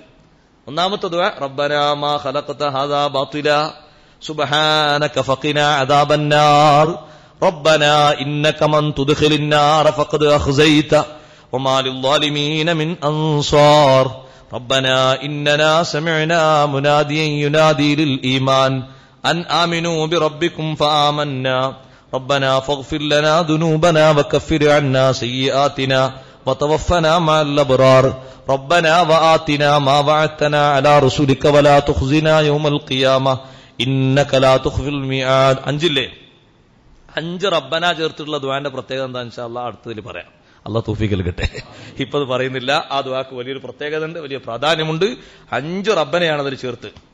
വലിയ ബുദ്ധിമാന്മാരായ ഔലിയാക്കളും അമ്പിയാക്കളും അവർ ആകാശഭൂമിന്റെ സൃഷ്ടിപ്പുകളെ കുറിച്ച്, അള്ളാഹുവിന്റെ ജീവജാലങ്ങളെ കുറിച്ച് ഓർത്ത് മനസ്സുകൊണ്ടും ശരീരം കൊണ്ടും ഒക്കെ സമ്മതിച്ച് അള്ളാഹുവിനോട് പറയുന്ന ഏറ്റുപറയുന്ന പറച്ചിലാണ്. അത് ചെറുതല്ല, അതിന് വലിയ പ്രാധാന്യം നൽകും. അതുകൊണ്ടല്ലേ പടച്ചോനെ നീ ഈ ആകാശത്ത് സൃഷ്ടിച്ചത്, നീ ഈ ഭൂമിയെ സൃഷ്ടിച്ചതിന് ഇതിൽ വലിയ തെളിവുണ്ടല്ലോ, ഇതിൽ വലിയ ചിന്തയുണ്ടല്ലോ എന്ന് നക്ഷത്രങ്ങളെ നോക്കി മലർന്നു കിടക്കുന്ന ഒരു മനുഷ്യൻ ആകാശത്തിലേക്ക് നോക്കിയിട്ട് പറഞ്ഞു, ഓ നക്ഷത്രമേ, നിങ്ങൾക്കൊരു റബ്ബുണ്ട്, നിങ്ങൾക്ക് ഇത് പറഞ്ഞിട്ട് അയാൾ പറഞ്ഞു, അല്ലാഹുമ്മ ഗ്ഫിർലി, പടച്ചോനെ ഞാൻ നിന്റെ നക്ഷത്രത്തെക്കുറിച്ച് ആലോചിച്ചല്ലോ, നീ എനിക്ക് പുറത്തു വരണം. ഹബീബ് റസൂലുള്ളാഹി സ്വല്ലല്ലാഹു അലൈഹി വസല്ലം പറയുന്നു, ഫനളറല്ലാഹു ഇലൈഹി ഫഗഫറ ലഹു. ചിന്ത ആയുധമാക്കി കൊടുത്തിട്ട് അള്ളാഹിനോട് ചോദ്യം ചോദിച്ചപ്പോൾ അള്ളാഹ് പുറത്തു കൊടുത്തു. കാരണം അള്ളാഹിന്റെ സൃഷ്ടികർമ്മങ്ങളെ കുറിച്ച് സമ്മതിച്ചല്ലേ ചോദിക്കുന്നത്. അപ്പൊ ആ മനസ്സിനൊരു ശുദ്ധി വേറെ ഉണ്ടാകുമല്ലോ. ഇൻഷാ അല്ലാഹ് ആ ചിന്തയും ആ ബുദ്ധിയും അള്ളാഹു നമുക്ക് നൽകുമാറാകട്ടെ. അതുകൊണ്ട് തുടക്കത്തിൽ പറഞ്ഞ ഈ 11 ആയത്തുകളും ദായിമാക്കി നടത്തണം. എന്നും രാവിലെ അഥവാ മറന്നുപോയാൽ സുബഹിന്റെ ശേഷം ചൊല്ലിയാൽ മതി, കുഴപ്പമൊന്നുമില്ല. എന്നും അങ്ങനെ മറക്കാൻ നിൽക്കേണ്ട, കഴിവിന്റെ പരമാവധി ചൊല്ലാൻ തന്നെ ശ്രമിക്കണം. നേരത്തെ എണീറ്റ് അള്ളാഹു തൗഫീഖ് നൽകുമാറാകട്ടെ. ഇനി ഒന്നുമില്ല, സുബഹിക്കാണ് എണീറ്റ് എന്നാ അപ്പൊ ചെല്ലാൻ പറ്റും, അപ്പോഴും ചെല്ലാൻ പറ്റും. അള്ളാഹു സ്വീകരിക്കുമാറാകട്ടെ. ദ്വാരക്കുന്നു മുറാദ് ഹാസിലാകാൻ വേണ്ടി പ്രത്യേകം ഒരാൾ സംഭാവന ചെയ്തിട്ടുണ്ട്. അള്ളാഹു സ്വീകരിക്കുമാറാകട്ടെ. അദ്ദേഹത്തിന്റെ മുറാദ് നാം ഈ ഓതി വെച്ച 11 ആയത്തുകളുടെ ഹുർമത്ത് കൊണ്ട് അള്ളാഹു തആല മുറാദ് ഹാസിലാക്കി കൊടുക്കട്ടെ. ഞാൻ ജോലി ചെയ്യുന്നിടത്തൊരു ചെറുപ്പക്കാരൻ അബ്ദുസലാം എന്ന് പറയുന്ന ആള് ഇന്നലെ ചെറിയൊരു പണിയെടുക്കുമ്പോൾ, മരപ്പണിയെടുക്കുമ്പോൾ മരം വന്ന് ശരീരത്തിലേക്ക് കൊണ്ട് നെറ്റിന്റെ ഭാഗത്തൊക്കെ മുറിവ് പറ്റി. കോളേജിലാണ്. അള്ളാഹു തആല ശിഫാ നൽകുമാറാകട്ടെ, നല്ല സലാമത്ത് നൽകുമാറാകട്ടെ. അൽഹംദുലില്ലാഹ് അൽഹംദുലില്ലാഹി റബ്ബിൽ ആലമീൻ. അല്ലാഹുമ്മ സ്വല്ലി വസല്ലിം അലാ റസൂലിനാ മുഹമ്മദിൻ വമൗലാന അർഹമർ. സൂറത്തു ആൽ ഇംറാന്റെ അവസാനത്തെ 11 ആയത്തുകളുടെ ചർച്ചകളാണ് ഞങ്ങൾ തുടങ്ങി വെച്ചത്. നീ കബൂലാക്കണേ അല്ലാഹ്. അല്ലാഹുവേ, നിന്റെ കുറിച്ച് ജീവജാലങ്ങളെ കുറിച്ച് നന്നായി ചിന്തിക്കാനും പഠിക്കാനും നിന്നെ പറയുന്ന പ്രാർത്ഥന മനസ്സിരുത്തി പറഞ്ഞിട്ട് വിജയം നേടുന്നവരിൽ ഞങ്ങളെ നീ ഉൾപ്പെടുത്തണേ റഹ്മാനെ. ഫസ്തജാബ ലഹും റബ്ബുഹും, റബ്ബ് അവർക്ക് ഉത്തരം നൽകി എന്ന് പറയുന്ന മഹാന്മാരിൽ ഞങ്ങളെ നീ സ്വീകരിക്കണേ റഹ്മാനെ. അതിന് പറ്റുന്നവരാക്കി ഞങ്ങളെ നീ പാകപ്പെടുത്തി തരണേ റഹ്മാനെ. ഞങ്ങളെ മനസ്സും ഞങ്ങളെ ശരീരവും ഞങ്ങളെ ചിന്തയും ആ രൂപത്തിലേക്ക് നീ തിരിച്ചു തരണേ റഹ്മാനെ. നിന്റെ സൃഷ്ടിജാലങ്ങളെ കുറ്റം പറയുന്ന, ചോദ്യം ചെയ്യുന്ന യുക്തിവാദികളിലോ നിരീശ്വരവാദികളിലോ ഞങ്ങളെ നീ പെടുത്തല്ലേ അല്ലാ. അങ്ങനെ പെടുത്തി ഞങ്ങളെ ഈമാൻ നീ തകർക്കല്ലേ അല്ലാ. അല്ലാഹുവേ, ഇന്നത്തെ ഈ സുബ്ഹിന്റെ ശേഷം ഈ വന്ന് ഈ ക്ലാസ്സിൽ അനുഗ്രഹിച്ച മുഴുവൻ ആളുകൾക്കും ഈ ആയത്തുകളുടെ ബറക്കത്ത് നീ നിലനിർത്തി കൊടുക്കണേ റഹ്മാനെ. എന്നും ദായിമായി ഇത് ഓതാനുള്ള തൗഫീഖ് നൽകണേ റഹ്മാനെ. ആ ഒരു നിത്യദിക്ർ പതിവാക്കുന്നത് കൊണ്ടുള്ള എല്ലാവിധ അനുഗ്രഹങ്ങളും ഞങ്ങൾക്ക് നീ നൽകണേ റഹ്മാനെ. അല്ലാഹുവേ, ഞങ്ങളെ കുടുംബത്തിലും ഞങ്ങളെ കച്ചവടത്തിലും ഞങ്ങളെ മക്കളിലും ഞങ്ങളെ ഓരോരോ കാര്യങ്ങളിലും പഠനങ്ങളിലും അധ്യാപനങ്ങളിലും നീ ബറക്കത്ത് നൽകണേ റഹ്മാനെ. ഈ ഒരു പ്രഭാതത്തിലെ ഒത്തുകൂടൽ കൊണ്ട് എല്ലാ പ്രഭാതങ്ങളിലും ഞങ്ങൾക്ക് നീ ബറക്കത്ത് നൽകണേ റഹ്മാനെ. പ്രദോഷങ്ങളിൽ ബറക്കത്ത് നൽകണേ റഹ്മാനെ. സങ്കടങ്ങളുണ്ട്, പ്രശ്നങ്ങളുണ്ട്, പ്രയാസങ്ങളുണ്ട്, നീ പരിഹരിച്ചു തരണേ റഹ്മാനെ. രോഗങ്ങൾ നീ ശിഫയാക്കി തരണേ റഹ്മാനെ. അല്ലാഹുവേ, പരിക്ക് പറ്റി കിടക്കുന്ന അബ്ദുസലാം എന്ന് പറയുന്ന ചെറുപ്പക്കാരന്റെ രോഗം നീ ശിഫയാക്കണേ റഹ്മാനെ. ഞങ്ങളിന്ന് മൗത്തായി പോയ ഉസ്താദുമാര്, സാദാത്തുക്കൾ, മശായിഖുമാർ, ഞങ്ങളെ കൂട്ടുകുടുംബാദികൾ എല്ലാവരെ ഹദ്റത്തിലേക്കും ഞങ്ങൾ ഓതിയതിന്റെ പറഞ്ഞതിന്റെ സവാബ് നീ എത്തിക്കണേ അല്ലാ. അവരെ പോലെ ഞങ്ങൾക്കും ആഖിറത്തിൽ സന്തോഷം നൽകണേ റഹ്മാനെ.